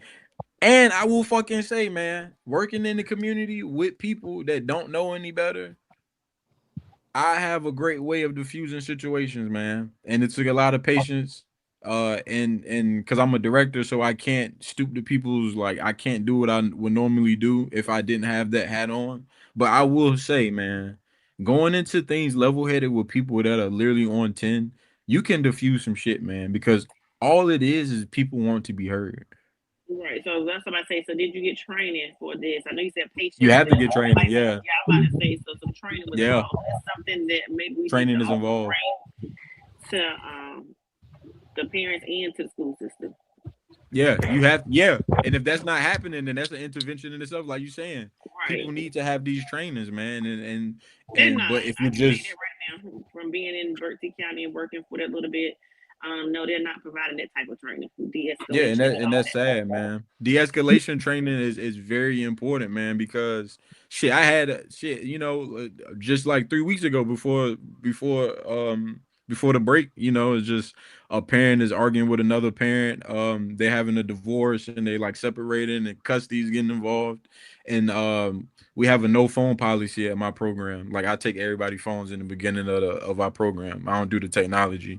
I want the kids to be present. And the kid, before he gave us the phone, the kid reached out to the mom and was like, they taking our phones again. You know how it is, yada yada yada. And then I guess she had texted them, but he had already gave the phone away that she was on the way. So when she showed up, she was expecting to be outside because of the whole thing going on, because the dad might get off work and he might pick him up, and it's the whole thing. So when she showed up, she was on 10. She was like, why the fuck my kid not outside? She talking to safety and support, screaming, who the boss, yada yada yada, and she trying to fight. And I come out there and I'm just like, hey, like what's going on? And just from my calm demeanor, you just saw the 10 go to 7. And it just went from I'm just really concerned about my child well-being. If I text my kid, I need my kid to be out here. All right, we got you. Bruh, if you gonna pick him up the same time every day, or what's the days you pick him up, he gonna be right out here with his phone, and you don't have nothing to do. She gave me a hug. You know what I'm saying? You have nothing to worry about. She gave me a hug afterwards. Blase, blase, blah. You get what I'm saying?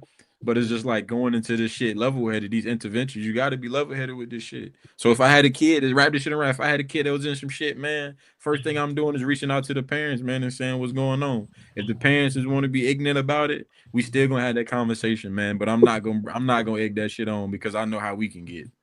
So it's really for their benefit, not mine. That's just how you got to put the ego aside, man. All this retaliation shit is just all ego anyway. Another thing That's a that perfect world. That's a perfect world, man. I'm gonna be honest. I don't feel like that shit. If y'all want a real answer, I don't think that shit will happen either, man.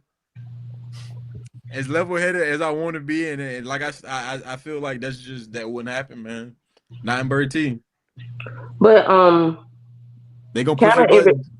Kind of in relation to what you said, I remember we had an altercation in middle school. I don't think they do it now. I haven't seen it. But we had an altercation in middle school that resulted in a physical fight with numerous girls, and we had to have a parent, student, principal meeting. We were all in one room together. We sat down at the table together.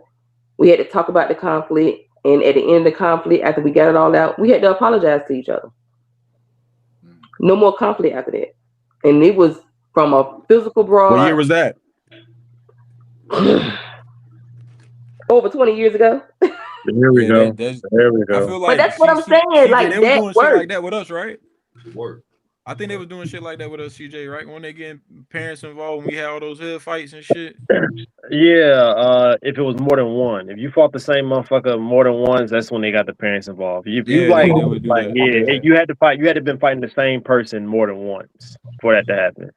If you fought that motherfucker once, that was it. This was just one. The altercation just that them one. Them set of individuals. This one fight, but it worked. And I feel like because sometimes the teachers and stuff be knowing what's going on, and they don't reach out to the teachers and to the parents and stuff until after it happened. And then it's because I seen this and the third, yada yada yada. It's too late now. It already happened. Like we could have brought everybody together. We could have tried to figure out what the problem was. Solve the conflict, or at least tried to solve the conflict. So that was, what I'm saying. That was that remind me of, Kiki. That remind me of too. And I don't want to be long-winded, but another intervention that I've done too is like when we had the programs and shit, and I take the kids to the park, right? And then there's city kids that are at the park that's not a part of the program, right? One instance we had these city kids said something to one of the kids in our program, right? And then they went back to told the mom, and the mom pulled up and was like, which one of these badass kids said something to my kids? Who you with? Yada yada yada, right? Again, my calm demeanor, figuring out what's happening. I'm like, we part of the organization that I work with, blah blah blah blah. she, you know what I'm saying? Fighting the same person over and over. Damn, that is war. But that happened. Shit, that happened a It lot with me and happened, CJ. shit. That's happened a lot. Shit happened a lot, But goddamn. to bring it back, it was like I broke it down to her and I told her the organization we were for. And she, you know why she was mad and why she came over? She said, I applied to this organization and they wouldn't even accept my kids, but here your kids all messing with my kids. So then it was upon me to go to that organization and say, well, why didn't y'all accept these kids? These kids need to be in this program. I got her in the program. The kid that started with their kid, best of friends. I seen them literally 2 weeks ago at the mall. What was the reason why they didn't let them in? Did we know that? I'm gonna say this. I'm gonna say this. I'm gonna get up out. I'm gonna say this because I want to get up out of here, y'all. Yeah, real we quick. wrapping up. So I can get up out of here. For one, from the color Bertie, for one, we got it's a lot of kids that great kids. Even the kids that making bad choices are still good kids. It's not like an uncontrollable thing. It's a subset of kids that can be controlled before it becomes a rapid fire and uncontrollable. And even when that happened, that can't happen because we only have but a certain amount of people that live there. So before that shit even happens where it's uncontrollable, the state will get in, the county get in, and it'll be probably something that we won't want. Because it's not even like we got hundreds of thousands of people. You feel what I'm saying? So it's not even like it's a lot of kids doing these things, right? What we can say is it's a teenage group from teenage age range to early 20s. Can't say is a culture that's not good, and I think when it comes to Bertie or rural environment, even though we poor, I think we're cosplaying to that culture, and we imitating what other cities and other people have been doing for years. Because of social media, we actually get to see how they live, and the thing about it, they've been living like that. Mm-hmm. You know what I'm saying? And so we can control this shit. I know a lot of times people I think the conversation is important. Because I know a lot of people like to denounce having the conversation, but the conversation is the fire starter. You know what I'm saying? And we don't have this conversation. So I don't think the conversation is a waste. I think the conversation is a brick by brick process. Because the more you have the conversations, the more the energy is being put out there, the more people are comfortable having it. I think us being silent about it is a reactive trauma, some type of trauma that we don't even need to be claiming. I think that silence is one of the biggest, deadliest things that we're dealing with as adults, is being silent about it. So the conversation that we had, I appreciate us for even being bold enough to have it. You know what I'm saying? I know people talk about it in gossip terms, like, you know what I'm saying, in gossip ways. Right, but we talking about it in so where we can grow and build and kind of fix this shit before it get out of control. You know what I'm saying? And I think more people need to have that conversation because the more you have that conversation, that's when shit starts to happen. Be silent about it, shit just continue to happen like it's been happening. So I appreciate us. I think we've all fired for even having this conversation, and I think we need to have it more consistently, not just us, but everybody. You feel what I'm saying? In the sense of trying to figure it out and correct the problem, not a sense of you heard, girl, boy, you heard. No, fuck all that. Why? What happened? When it happened? Why it happened? Fuck all that. We've been talking about that long enough. The solution, correcting the shit and finding the solution, is the conversation needs to stop being had more consistent. Brittany, what you got for the wrap up? My wrap up. One child loss is one too many. No one should have to bear that child. So I feel like in Bertie County, we need to figure out what resources we have. Boom, I'm beating you up because I feel like even though you spoke a lot about what you do, where you at, and I don't even know where you at, but it sounds like you're doing great things there. You are a resource that Bertie has because you were born and bred there. So we need to bring those resources that you know and then share that life to somebody back home that we can actually put some of those things in use. So I'm going to be hitting you up saying, okay, what was the grant? What was the, training that you have? Because we have to get those things, that ball rolling. So I appreciate you for coming up here and sharing that. And one step at a time, we got to find a way to save our youth. That's a fact. I love it. Kiki, what you got? All the above. And I'm sorry for cussing at y'all. I love y'all. We love you too. Oh, you know the count. We appreciate you. Oh no, what you got, Brody? Man, just growing up where I grew up and where we grew up and how we grew up, man, I just see the long lasting effects of it. And hopefully, like Brittany said, one of my major things that I when I moved out and doing what I do now is to take the knowledge that I have and try to do some type of resource. And that started with me and bro just opening up our beauty supply store. That's just one thing of many things that I want to do just in the community. So I'm not doing all this and just for vain and things of that nature. I'm definitely want to implement what I'm learning here and try to do something in Bertie. And man, my ending thing is it can't get no worse. Touche. It can't get no worse, man. And that's just that. I think, it can't get no worse, man. We can only go up from here. Okay. I like that. CJ, what you got, Brody? Bruh. Y'all motherfuckers hit a nerve in my brain every time I come up here. And you know it.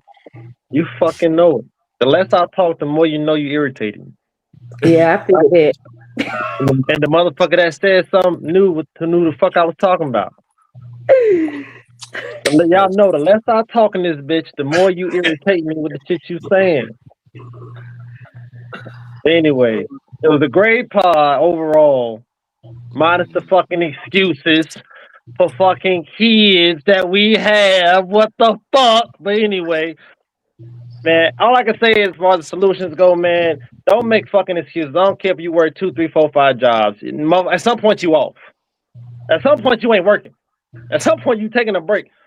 Goddamn, like, take time. I know, I get it. The school's got to educate your kids. Goddamn, you can make time to educate the motherfuckers, too. My daughter learned more about math from me than that damn school. And she's actually in a decent school.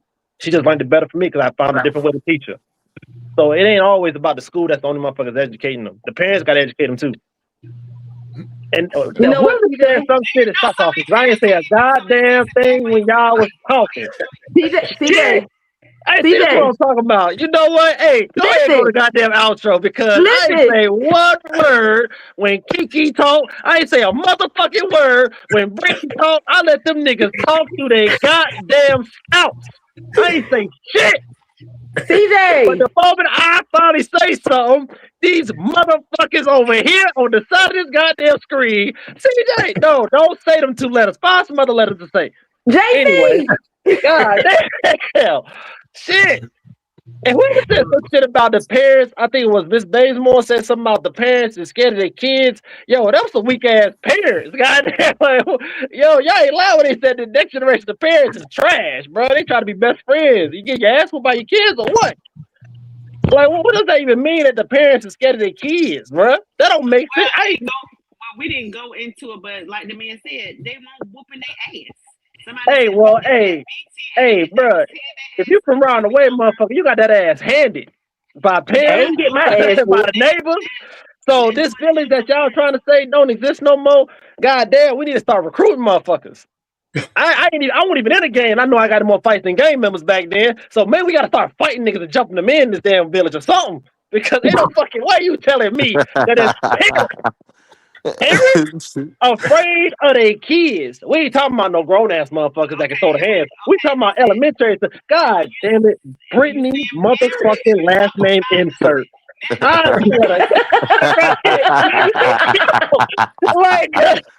yo, like, what did I say? Hey, Strata, Udo, when did I interrupt these 2 individuals on the other side of the screen tonight, bro? Yo, just go to the outro because the motherfucker can't talk tonight. Hey, you know what? We're gonna do a part 2. I'm gonna make sure if I gotta fucking rearrange motherfuckers at my job to make sure I get home in time. Best believe I'm gonna be in this bitch. And you motherfucking Brittany insert last name better not say a goddamn thing when I talk. Don't say shit. That go for you too, Kiki. I'm surprised your goddamn mic working today because usually it's fucked up and then when it's good, you all of a sudden got some shit to say. Ain't that some shit? Now all of a sudden I got a good mic. I want to interrupt CJ, but when the mic was fucked up, we couldn't hear shit, but everything in the goddamn bathroom, whatever the fuck was going on down the street. Now all of a sudden I got a good ass mic. Oh, I want to interrupt CJ. What the fuck? Hey man, do the outro, man. I don't even want to get solutions. I already said enough. I said enough. All right, last time I was saying, CJ, what I was saying for is it's on the way. It is on the way like a DVD. We can do part 2, and then you can be CJ. You can't give CJ solutions because CJ ain't afraid of his damn daughter. CJ daughter doing just fine. CJ daughter ain't in no violence. CJ daughter is good. It's these weak ass parents that's apparently scared they fucking 9-year-old kid that need to be talking to. All right, Strada, go and do that outro, man. I'm saying this, Strada, before you go. No, I'm saying this shit. Look, what I'm saying is the parents that Miss Bazemore is talking about hardcore gangsters carrying guns that's beating up these single mamas. That's the one she's talking about scared of. Anyway, now go ahead and finish. Okay. All right, then you want to say, oh, so you saying that the mamas is weak. Say less. Okay. In so some of those situations, yes. Yes. All okay. of them here. For part 2, this is important. This is why I needed to get this to the audience. Y'all know I've been petty and been cut it short. But for part 2, Anita Bazemore, I saw Darius commenting a lot. And who's that one from Coleraine? Yeah. Miss Leary. Letitia. Tanyetta. I want to do a part 2, including more of those people that are in the roles. That's what I want part 2 to be focused on. I want to. You should reach out to Tyrone.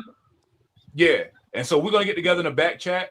And again, part 2. If you've seen this, if you watch this, you enjoy this live, share it to somebody that is in a role that has a direct influence on these kids, because that's what part 2 be focused on. I want to focus on the boots to the ground, the people that have eyes and ears in our kids' lives where they're not around us. So I want that. I want more parents involved in this next part of the conversation. We only doing this in part 1 to kind of start having an uncomfortable conversation. Part 2 will be more focused on that. One more thing I do want to address. Where is it at? Right here. This comment. PJ, I'm only say this once. Kiki got 3 pictures hanging behind her head from her angle. Now they are dope pictures, nigga. We know what you're doing, nigga. Stay your ass overseas, nigga. He about to get mad. Camera following me. I like he emphasized 3 pictures. He like, no, look at me. Get around your camera, Strada. It's so auto. Like you gotta.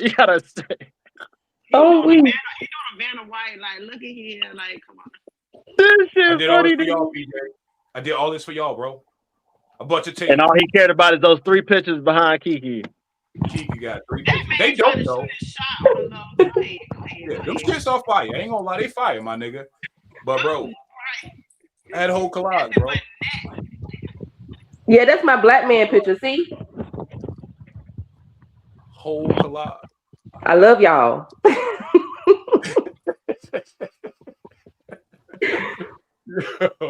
Shout out to PJ, man. Listen, this has been a dope. It's been a dope pod, man. I appreciate y'all. Letitia says she's with it, so we got to definitely reach out to you, man. Get your contact information. Again, we're gonna do it by the same time, 7 p.m. next week is what I'm thinking. Same time, 7 p.m. Eastern Standard Time. Thursday, yes, sorry, Thursday, 7 p.m. I want to see y'all there because again, this conversation has to continue. We're gonna evolve it. So again, Anita. If your name been said before, if y'all know these people, reach out to them. However, Facebook, however they got this live, reach out to them and let them know we want them in the building to have the full conversation from all aspects. But again, man, I appreciate y'all. And it was one more thing I did want to say though. What was it? Oh yeah. So when we get into the conversation, the next one for part 2. I want to make sure that yeah.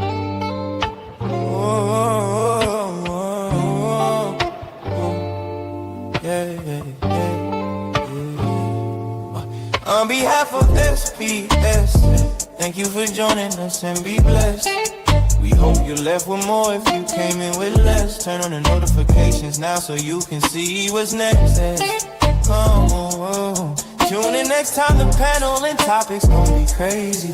Can we all come to a conclusion if we try? Yeah, maybe. We the ones with angles that the others can't see. We the channel that you need to check out every week. It's the SPS part of SPS part of SPS part of. We like to thank you. SPS part of SPS part of SPS part of. Till the next time, we pray you be safe and tune in, like, share, and sub. Tell upon gon' tune in and we out.